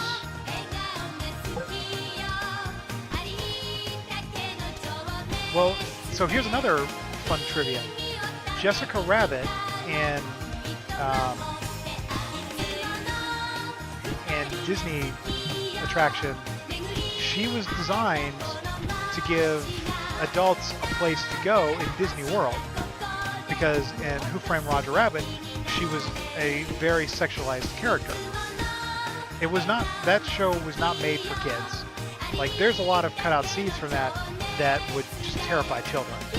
So, you know, Jessica Rabbit was made as kind of like a jokey character, and I can't remember the name of the artist, but that was kind of like his shtick, was making like, I want to say the character's name was like Dolly, and she was a French character. She appeared in adult magazines over in France. So that's kind of what Jessica Rabbit is designed to be. Yeah, so you had the original Death Star in A New Hope and the Super Death Star in the Revenge of the Jedi. Oh, speaking of more anime, Battlefield from Bubblegum Crisis 2040, which is a great remix of the original if you haven't seen it. I'm sorry if I'm shouting. The music's really loud in my headphones, so... Whoop.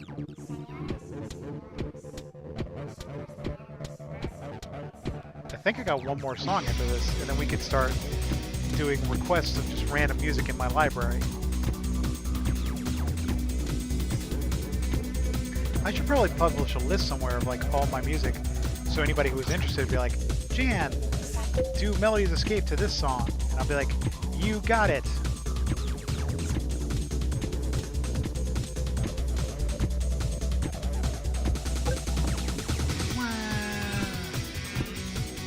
Alright, what do you guys want? More random spouting from Jan, or, you know, civilized discourse?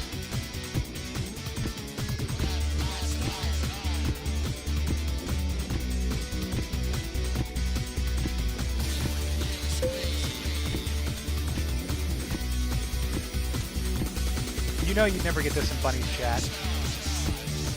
I haven't mentioned nearly enough wieners. Except for when Mudkip was on and we were talking about pixelated anime dick. Or as I like to refer to it, gentleman bits.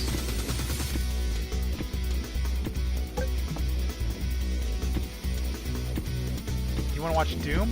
Doom is a great movie. I love Doom. Especially because The Rock is so cheesy in that movie. What the hell is going on? It's like he was channeling Shatner, for Christ's sake. Hey, I can talk about hentai too. Of course, the stuff I watch is more comedy hentai. So, you know, like Riri or other stuff by Pink Coconuts or the Pink Pineapple. I don't remember.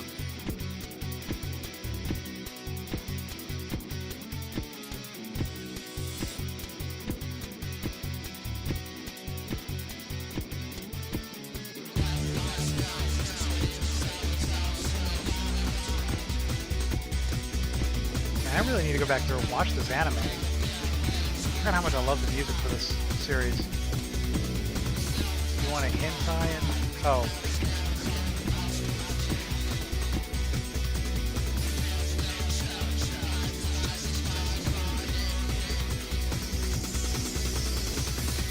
See, for me, like, I don't know, because, like, my early experience in anime was Crying Freeman, Night of the Cockroaches, Vampire Hunter D, whoops, wrong button, and, you know, The Dirty Pair, Project Eden, and Affair of Nolandia, you know, Burke Logo 13, you know, there was no real desire to see hentai, because, you know, Crying Freeman, he was a naked man with a full body tattoo, and he frequently had sex with people.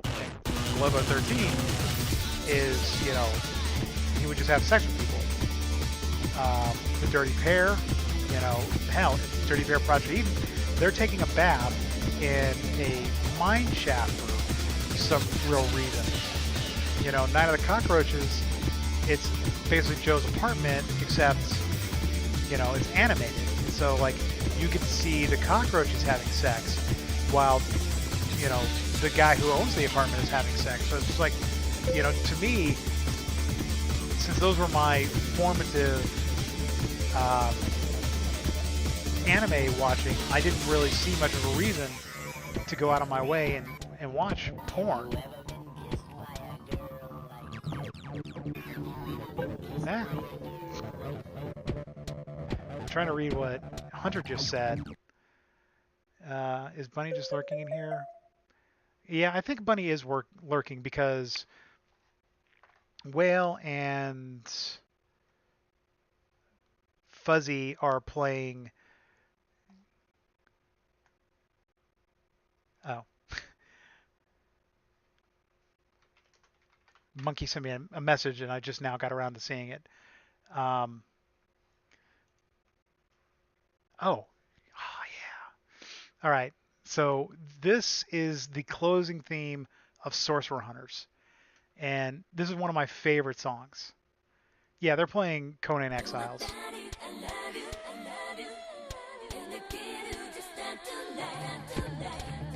So, for those of you who are not in the know, Sorcerer Hunters is about a group of sorcerers who are hunters. I know, shocking, right? And I can't remember the main character's name, but he doesn't have magic powers per se. He just transforms when people cast spells on him. So what happens is, you know, the two female characters turn basically into S&M bondage queens and like whip him into shape so that he continues to work for them. Because when he's in beast form, he's just barely a mindless beast. which kind of makes sense.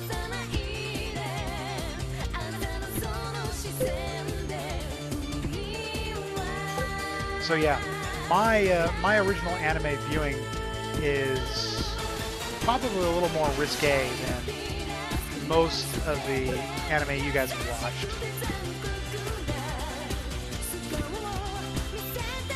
I remember being one of the first girls to turn 18 at school, and a bunch of the boys who were in some of our anime clubs and stuff were desperate to get, 'cause remember this is because the internet's big for everybody, they were desperate to get a hold of dirty material. And so we all went to PacSun. I think it was PacSun or Sun something. It was Sun something. And they were looking around, but they couldn't purchase adult videos. And I was like, well, you know, being that I'm the girl, I don't want to purchase, you know, hardcore bonded sluts for you people, because let's face it, that's going to look bad if I ever come in here and be like, I want to see this. So they settled on getting Riri, which, oh my god, that was funny. Yuristoja Doji, and a few other ones.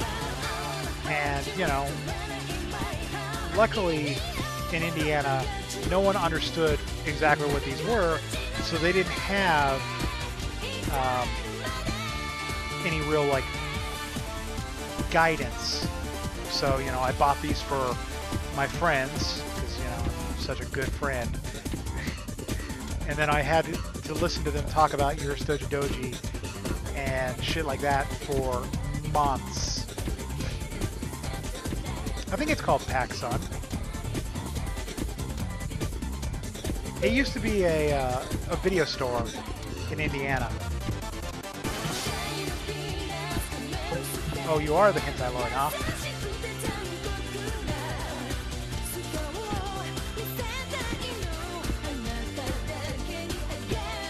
I don't know. Maybe it's because I'm a girl, like, I don't really get into hentai. I don't know. I mean, I look at dirty pictures. I mean, who doesn't? I'm an adult. But to me, I'm just like, eh. Like, I'll save the picture to, like, look at it later. Because, you know, 9 times out of 10, smut artists have really good art. But, you know, they don't ever do non-smut commissions. Yes, I bought people hentai, okay? But, like, everything I did...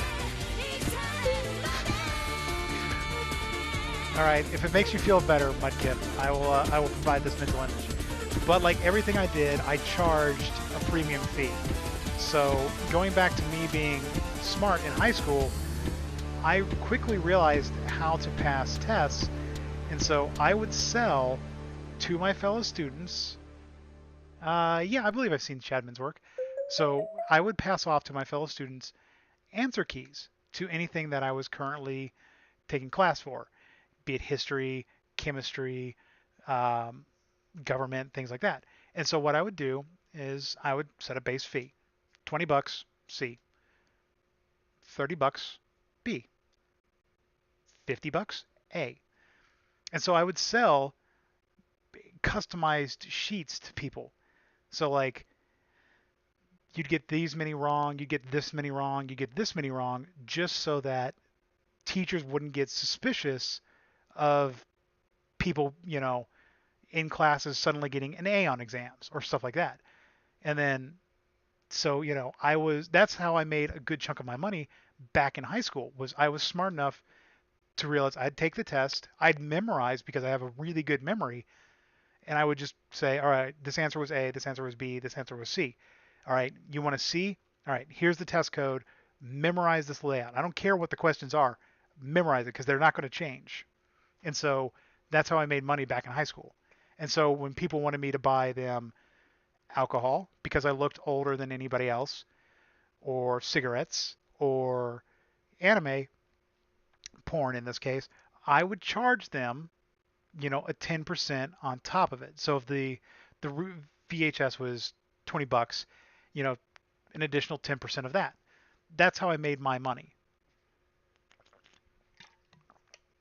So, you know, I was I was perfectly legit in what I was doing. I was a businesswoman. Okay. This is from Perfect Dark, the N64. This is an OC remix. God, I'm just telling you guys like all sorts of secrets. None of you go to Westfield High, do you?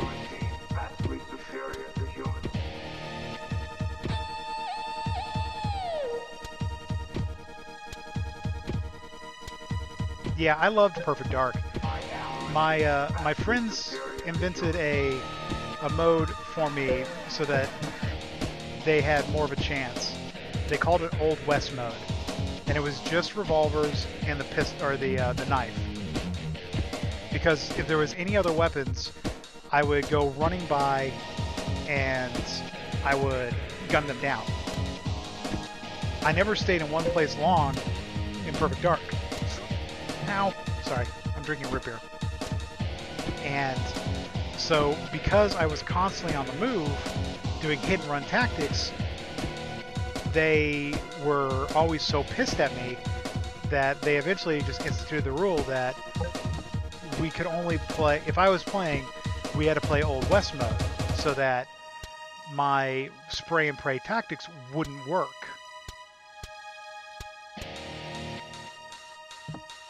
You have raisins?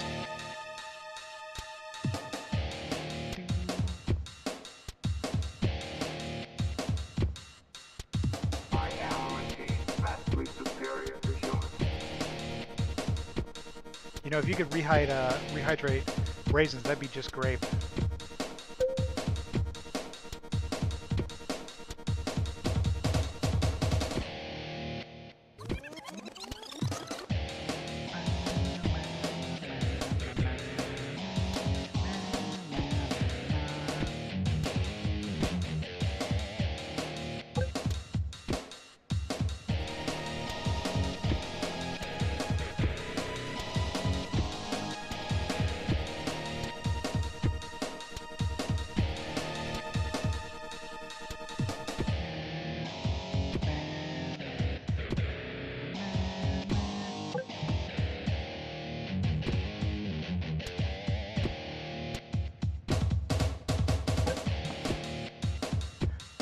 I think we're about done with the playlist, guys. I think there's only one more remix after this.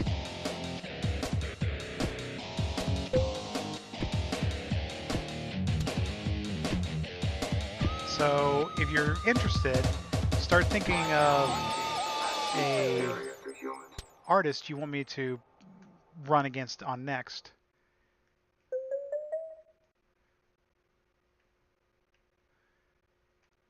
They should have just ported in Klob somehow.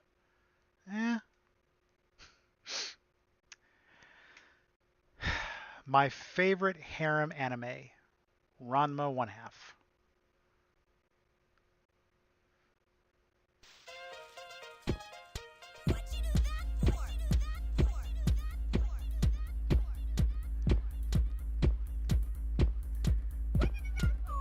I think this is just making me nostalgic for when I was a teen.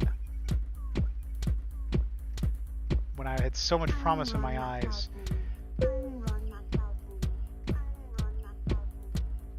You say that like it's a bad thing, Spyro. It was good until they got rid of Sarah Strange for Mark Cux, I think? The guy who did Inuyasha's voice. At that point, I stopped caring, and I actually started listening to it in Japanese.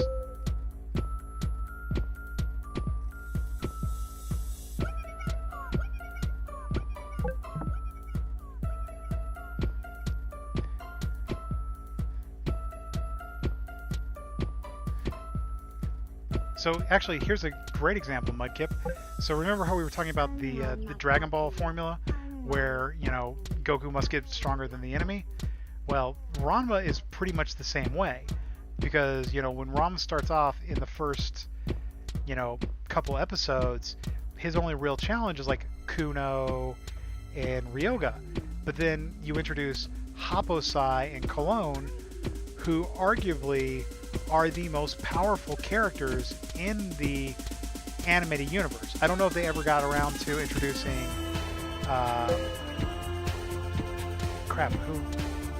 Herb and God, who was that last boss guy? The guy they replaced for him in Nihao My Nihao My Concubine.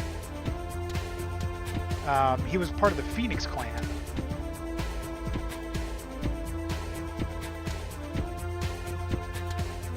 But Ranma was a great example.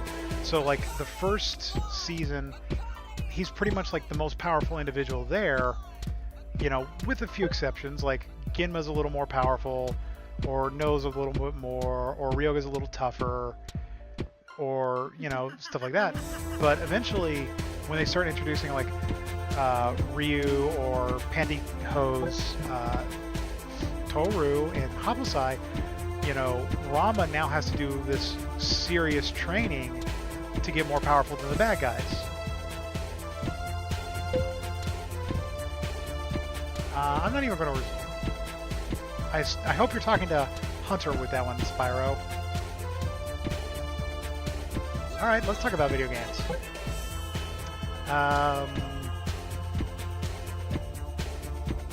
Let's see.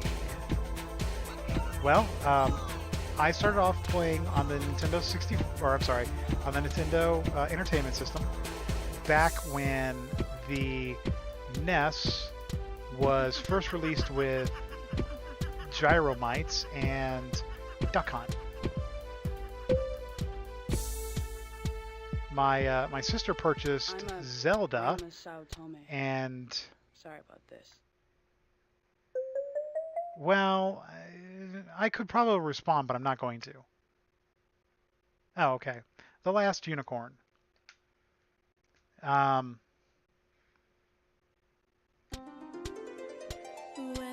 Techno version.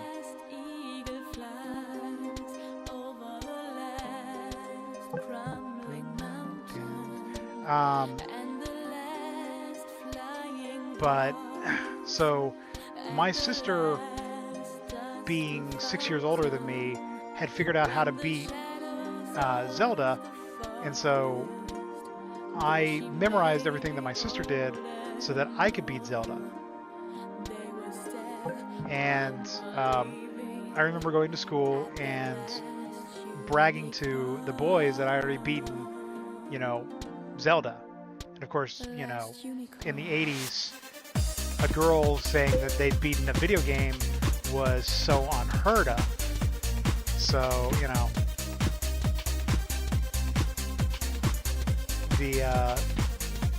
the boys positively flipped until I showed them all the secrets my sister had showed me.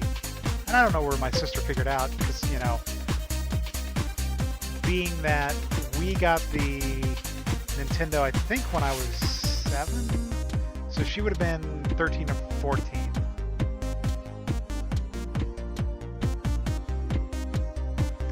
But after that, you know, the next game I purchased was Final Fantasy, and then Dragon Quest, and then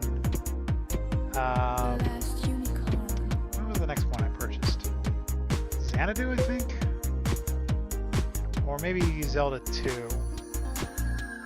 It took a long time to buy video games on my allowance when I was a little kid. It wasn't until the Super Nintendo came out that I actually had like kind of a job of sorts. It wasn't, keep in mind this is Arizona, so you know, I couldn't go out and like mow lawns and stuff. I had the typical lemonade stand and a few others things to make money. So, you know, I was able to purchase video games, and whenever anybody would look at my Christmas/birthday list, you know, they would be like, well, I'm not purchasing any of that for you, so here's money. So I'd just be like, all right, well, I'll just go buy these video games.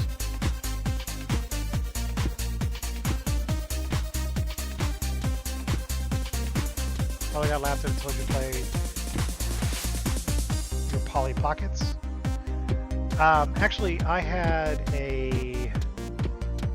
what was the female version of My Buddy? Kid Sister. I had a Kid Sister, a Teddy Ruxpin, and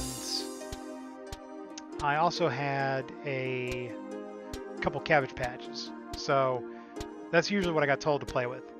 But I was also, on a girls' soccer team, so, I would play soccer too. Whoops. The Danny, yeah. I actually have that version, but I haven't. Oh, this is a remix from Neon Genesis Evangelion. I actually do have the Danny Sexbang version, but I haven't cut it to get rid of the bits where he's talking, because unfortunately I missed it when he was offering the song as like a free download, because I didn't know about it at the time, because I didn't know about Ninja Sex Party. So, I came late to that party. So yeah, when it came to video games, I was pretty much left to my own devices. I remember having Street Fighter. I remember renting Mortal Kombat, but really for me, role-playing games is where I was at, because, especially early on in the 80s, there was not that many female heroes. There was Saris, or crap, what's her name from Metroid? Come on, help me, guys. Samus. So, I mean, there was Samus, and then that was really it, because Princess Peach or Daisy and all that, they were just,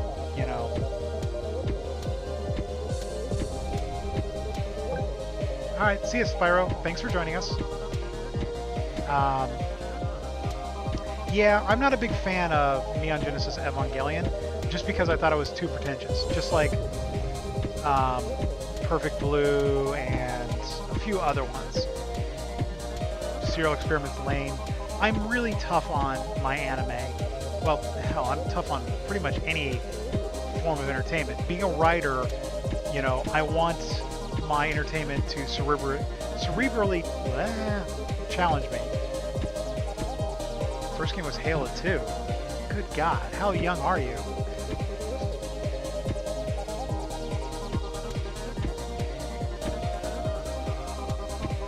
I say that lovingly because I know not everybody got started playing Atari games back in, the 80s like I did. So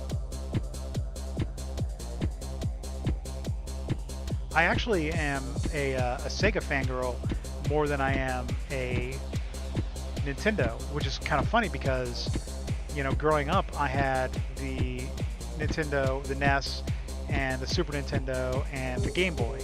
It wasn't until I got a proper job working at a library for Jo-Ann Fabrics that I actually was allowed to really spend money on stuff. So when I became somewhat independent, I went and bought from an old Electronics Boutique, what is now GameStop, a Sega Sega Saturn, and then I bought a Sega Master System, and then I bought a Sega 32X, and then I bought a Sega CD player, and then I bought a Game Gear, and then I bought a Saturn, and then I bought a Dreamcast, and I think about that time, that's when the N64 was coming out, and I made my decision to purchase N64, and then immediately after I bought,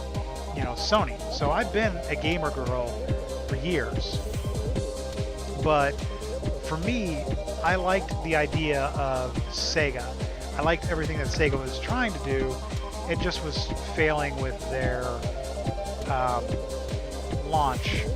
Because, you gotta admit, Sega dropped the ball a lot when they were talking about things they could do, like the Sega Channel or the 32X CD-ROMs, stuff like that. They didn't really market very well after that initial launch of the Sega Genesis.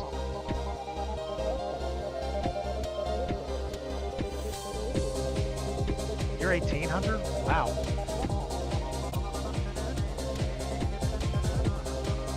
I think next to Mudkip, you might be the youngest person in the stream right now.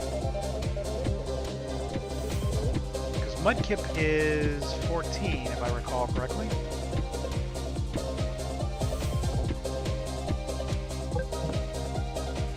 That's right, Sega does what Nintendo don't.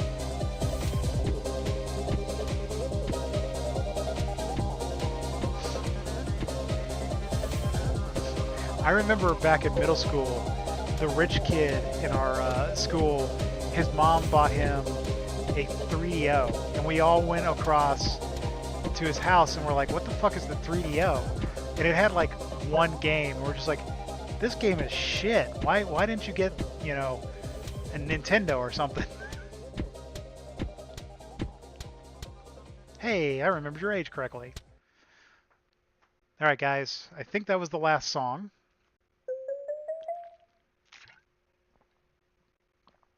Alright, does anybody want any other songs? I got a lot.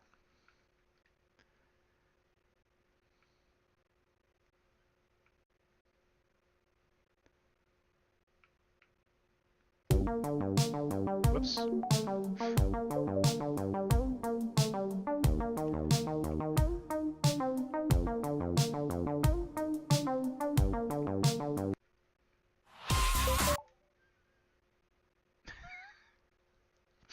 It's okay.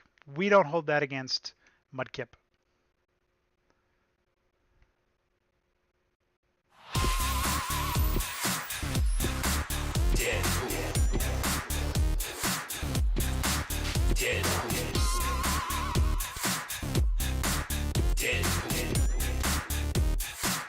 I do have gorillas.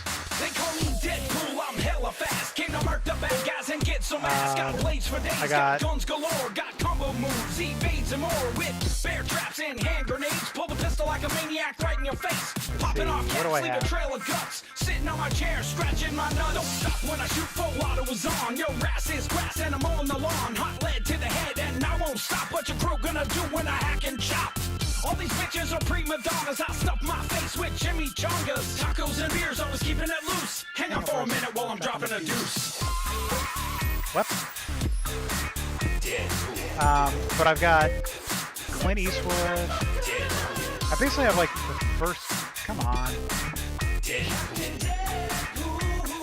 Nah, Just Deadpool. Merc with the mouth. I can't die 1 foot in the grave, but I'm still alive. Try to kill me, I'll just revive. Then I'll put another bullet right between your eyes. I'm dangerous, feeling reckless. Squeeze your neck like I was a necklace. Jump, flip, and leave them headless. I like my guns all big like Texas. Hey goons, thugs, and bosses. Guess what? I brought Colossus. Time's up, better count your losses. Kicking that ass as my girlfriend watches. Run away, I will you be know that interested I'll to see chase how every Deadpool bad guy, put 'em turns right in out their place, now that we've revenge. lost I'm the gonna give original you a director. taste. I'm sexy as hell, but I cover my face. About to take you all to school with guns and knives. Telling jokes and breaking the rules. I came for the tacos. Playing with the ladies and the family jewels to bust a nut. About to throw down with all these fools, so come and get some. Bring the noise, I'll bring the pain. Ha! Kicking ass and taking names. Payback time, I'm not playing games. These superpowers You are have a Game Boy feeling Color? strange. Honestly, I think I've got every iteration of a Game Boy except for the 2D and the current Step up, take a blood 3D. bath. Now you're trying to run and it's making me laugh. Ha ha ha! Where you gonna go to? Try to hide, but you know that I'll find you. Tippy toes, sneaking up behind you. I'm Deadpool. Do I have to remind you? Regenerate, because it's cool when I fall off a ledge. Deadpool. The crazy ass guards are looking to duel, so click, click, boom. Deadpool. I don't believe in the golden rule. I came to get laid. Deadpool. Note to the ladies, I'm not a tool. I'm a sexy motherfucker. Sexy motherfucker. Sexy motherfucker. Sexy motherfucker. Sexy motherfucker. Deadpool. Deadpool. Deadpool. Deadpool. Game Genie. Oh, yeah.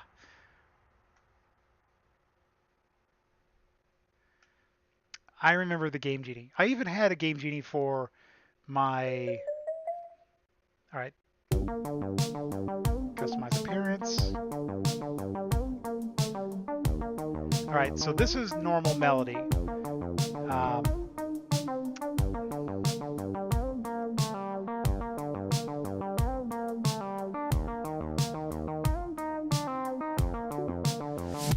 It's the right time to rise up to the top. time, Cause we can't get enough. fight for The city that we made, the power that you crave. time, Rise up to the top. time, Cause we can't get enough. fight for The city that we made, the power that you crave. All right, you want Gorillas? Regain control.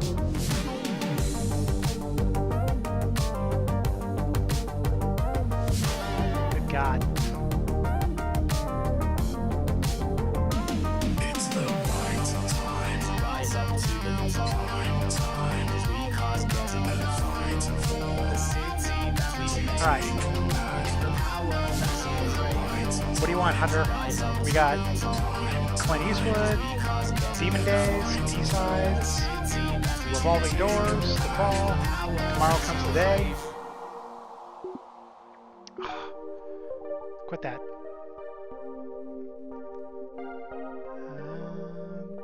Demon Days.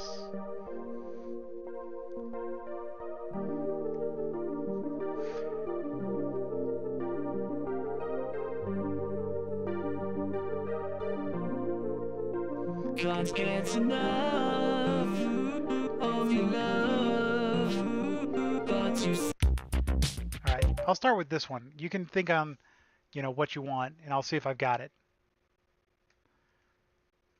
Yep, apparently I didn't change the form. Oh well, whatever.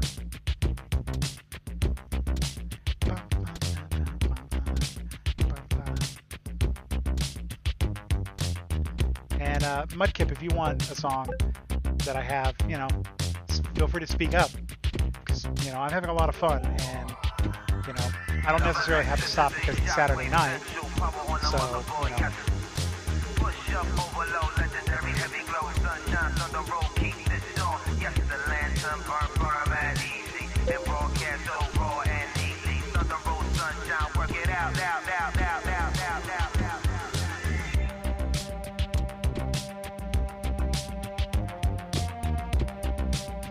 I gotta say, this is perhaps one of my favorite Gorilla songs. It's made its way onto a few of my playlists.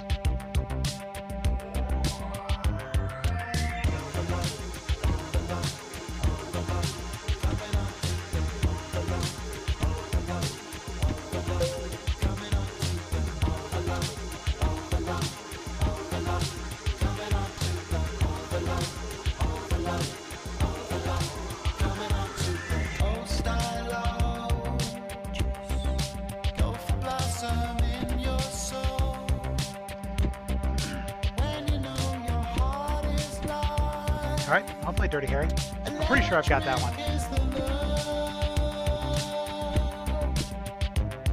Alright, Mudkip, you'll get to ask next. I'd ask Kizo, but I think Kizo might be asleep now. That it's 11 o'clock my time, so it's probably close to early morning for him. And of course, I know Bunny is lurking as well, so she may not actually put in a request.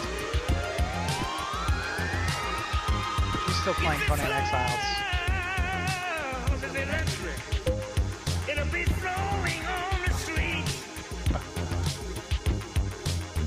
I like to think this is a game that allows my viewers to bond with me because, we get to share in the music.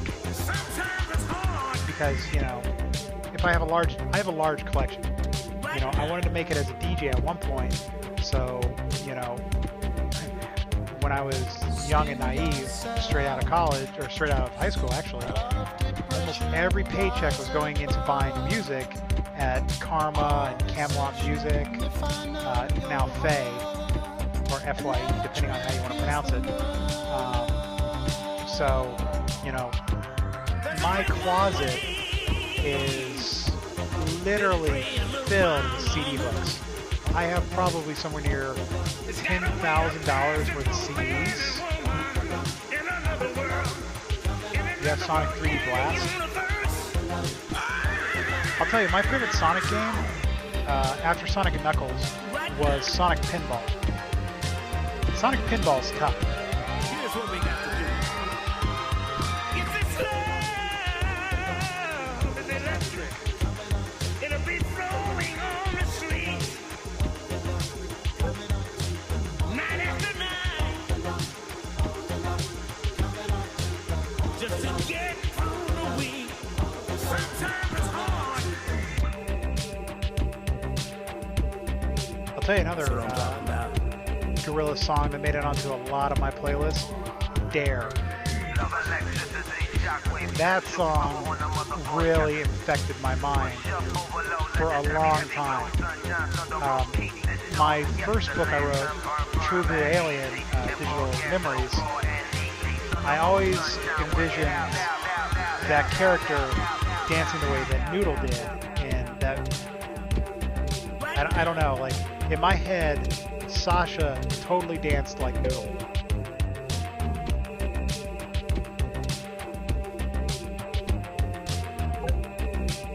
Man Memories. Oh, yeah. Boom. I think you also are a fan of Dare. Let's see. You Want Dirty Harry. Is that on Demon Days? What song is... I know I've got it.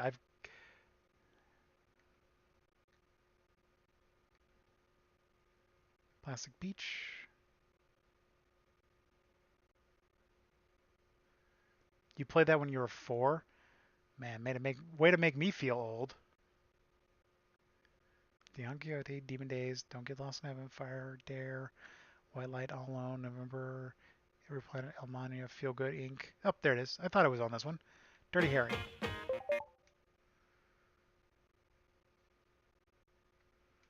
Feel Good was another one that got played quite a bit. I was not a big fan of a fire coming out of Monkey Mountain or whatever, just because, you know, I was like, I don't know, I don't really like this particular song. Alright, Mudkip, pick a song. You're next. Pressure's on.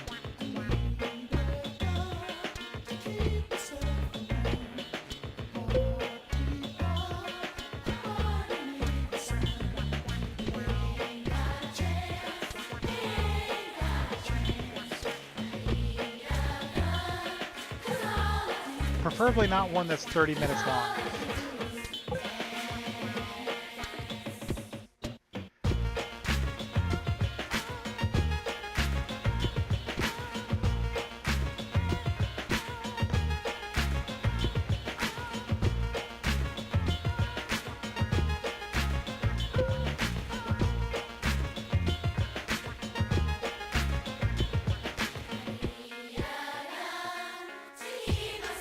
That's actually pretty good, Mudkip.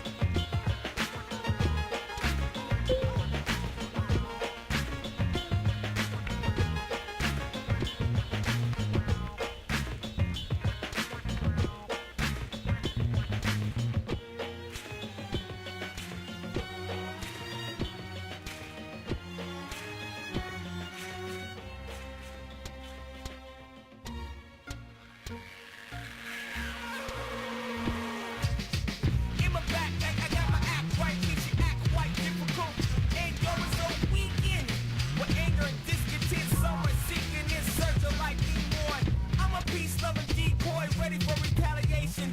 I change the whole location to a blind box 6 under. Impulse on your ass, wild wonder. Orders give the meaning, strike when I'm under. While lighting fast reflexes on constant alert from the constant hurt that seems limitless with no. I don't know how your room's set up. Mudkip, I don't know how you got it up to that screen. You got a minute, Mudkip. What's the next song? Come on. I already see what, Bandit wants. Bandit was another... El Mania.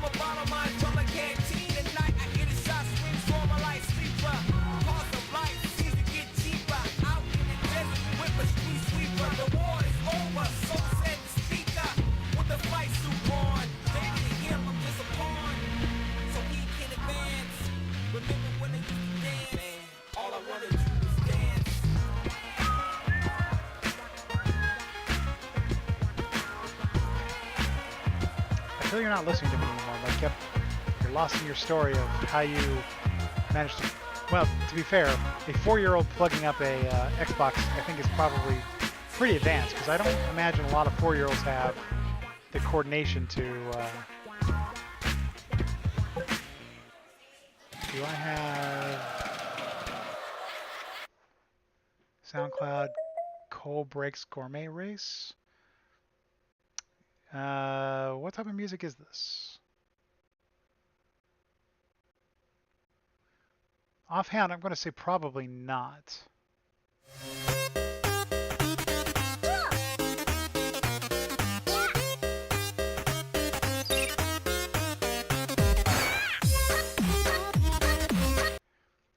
So, okay, now that I know it's a Kirby dubstep, I know I specifically don't have that, but I probably have a Kirby song. Let me...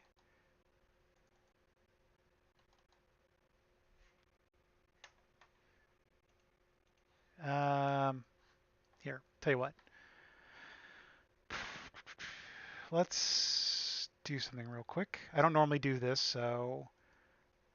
add existing display capture. All right. It's going to be a little hard to read.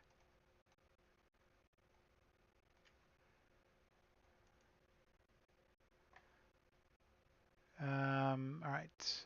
Storage, Dropbox, entertainment backup, view, large icons,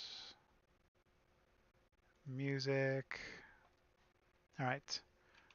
Kirby. What do we got for Kirby? Kirby Superstar Greens, Kirby Superstar Floating Islands, Kirby's Dreamland Bubbly Clouds. That looks to be the extent of my Kirby remixes, Mudkip. Would either of those three appease you? Because if not, I'm going to have to go with Hunter's El Mania. But I got no problem picking yours up, Hunter, just, to try and get, Mudkip's songs.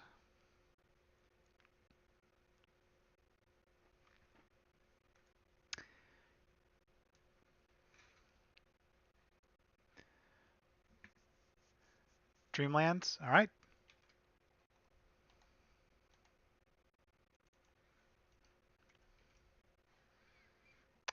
Turn off the display. Bring back Melody's Escape.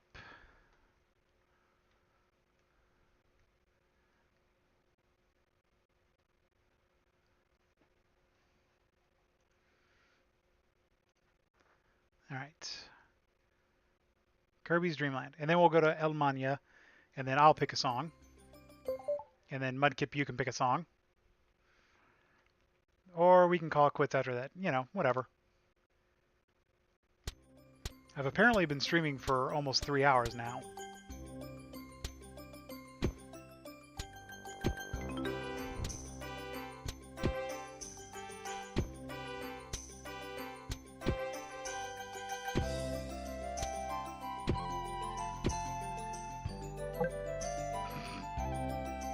This is a very peaceful song.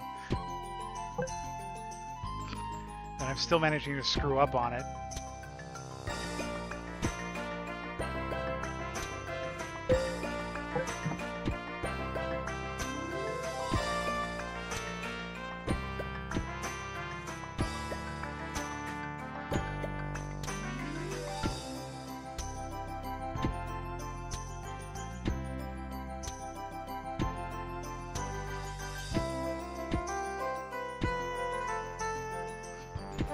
makes me just think of Aerial the Acrobat. And there was a fun game. I don't think I ever got past like the first couple stages. It was like Rise Star. It was really difficult. Or as they would say back in ye olden days, Nintendo or Nintendo hard.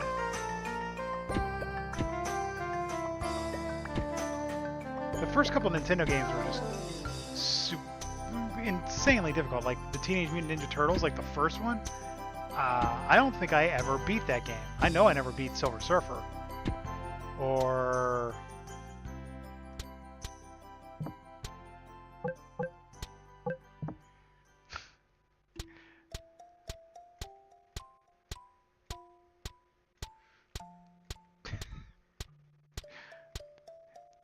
This kind of reminds me of like a Jigglypuff melody.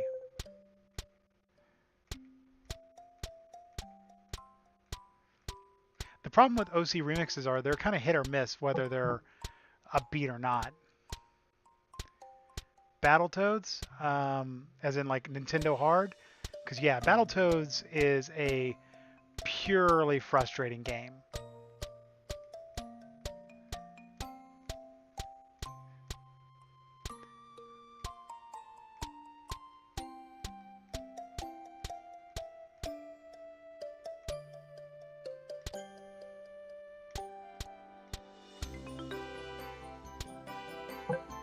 Whoop.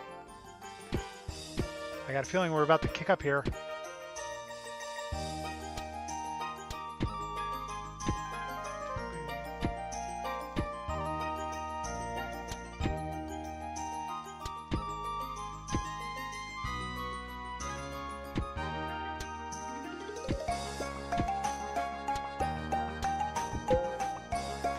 You know, I know the only way I beat Battletoads was by using the warp cheats, because there was no way I was playing through and beating the racing stage.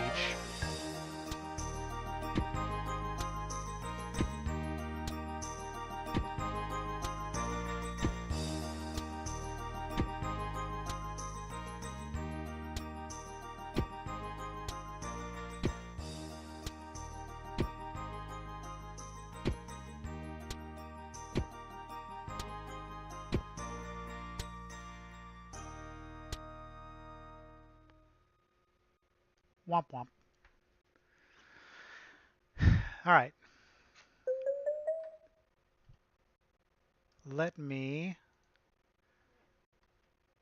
grab another one.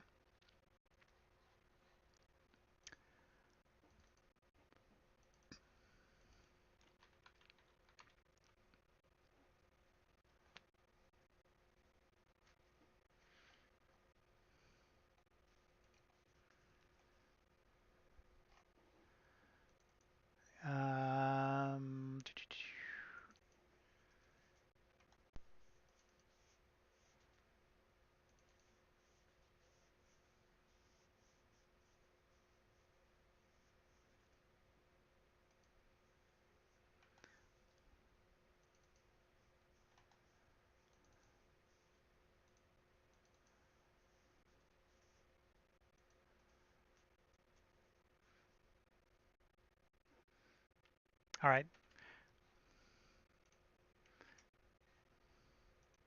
And then next we'll do... You're playing For Honored? I played that. It was okay. Oh,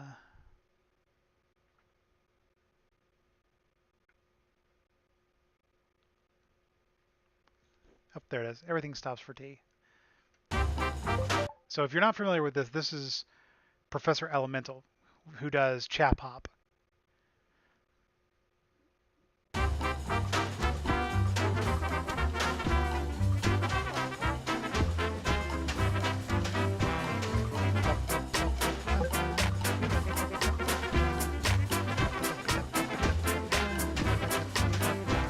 You're sitting at your desk. The report's due in by 3. And it's 10 past now, but for heaven's sake, it's still about time for tea. or your wife or husband's left you, taking kids' furniture and the keys. Well, pull yourself together, keep calm, carry on, take time out for tea. A superhero saves the world from a fiendish villain spree. Needs to get back to the Batcave, where Alfred's got the tea. A captain on the ocean hits an iceberg and might freeze. But before he bans the I don't think I've lifeboat, seen any well, there's graphical still time glitches for with tea. It's a very good English custom. You'd have to point out a couple for of the them. weather be cold or hot. If you need a little pickup, your little teacup will always hit the spot. The soldiers may be fighting in the trenches or a battleship at sea, but there isn't any war when the clock strikes 4. Everything stops for tea.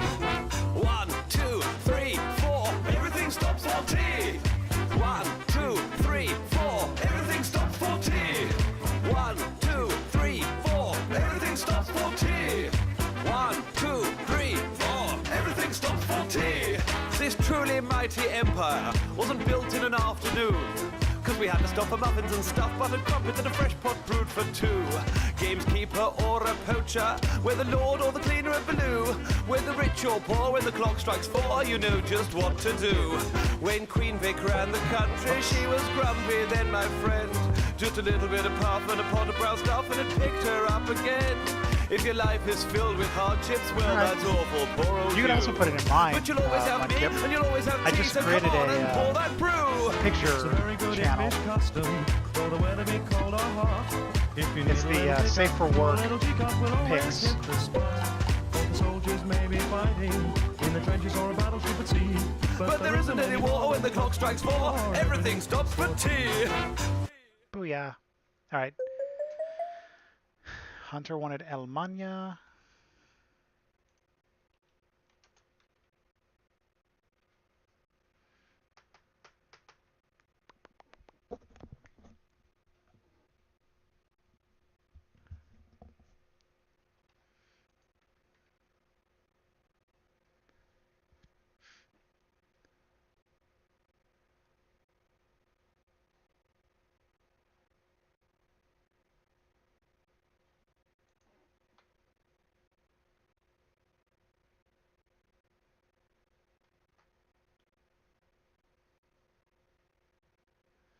Huh. Apparently I only have one version of this? That doesn't make sense.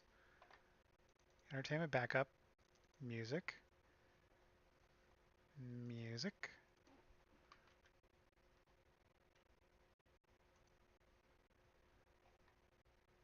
Gorillas.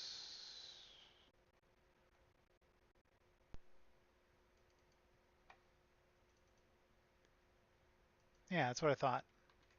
I had one. I had the original version. Don't know why I was thinking I didn't.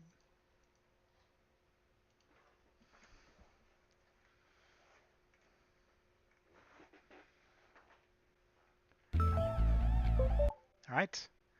And Mudkip, you'll get to pick the next one.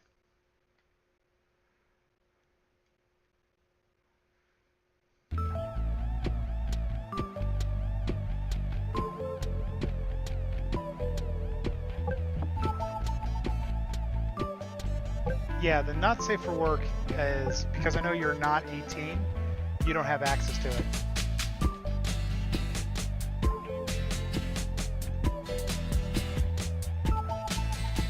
I suppose since I know Hunter is now 18, if he comes to my Discord, I should give him permission to post in there.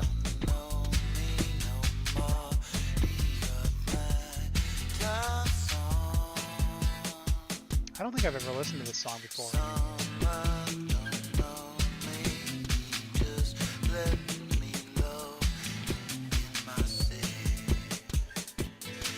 How goes your cargo business, Mudkip?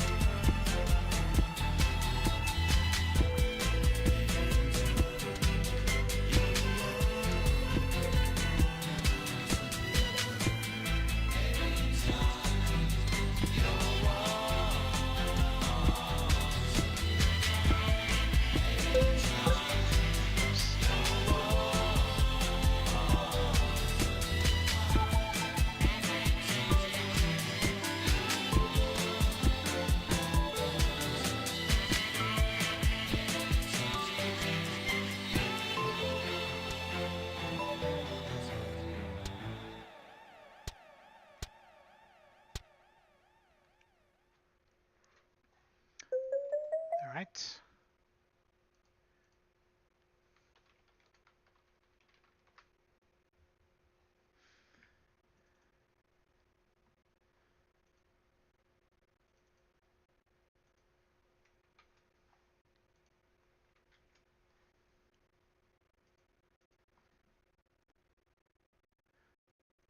All right.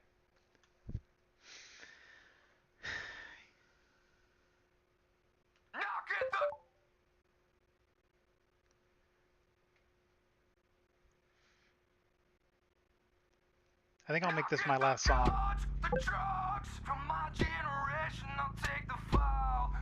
For tonight. So I'm actually a lot more tired than I realized.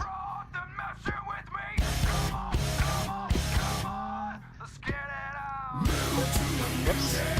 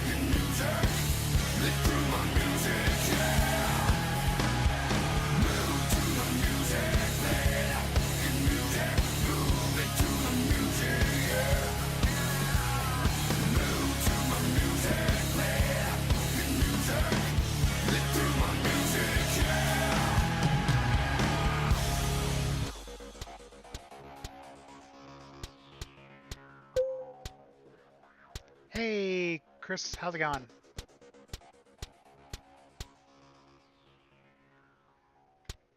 All right.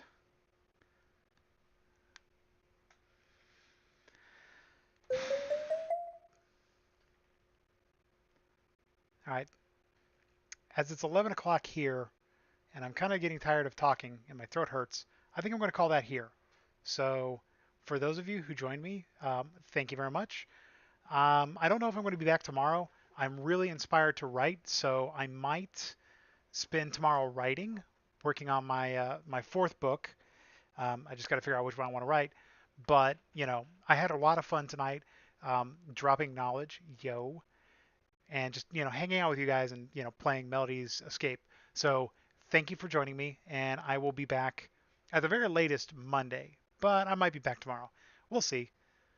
So thank you very much. Bye.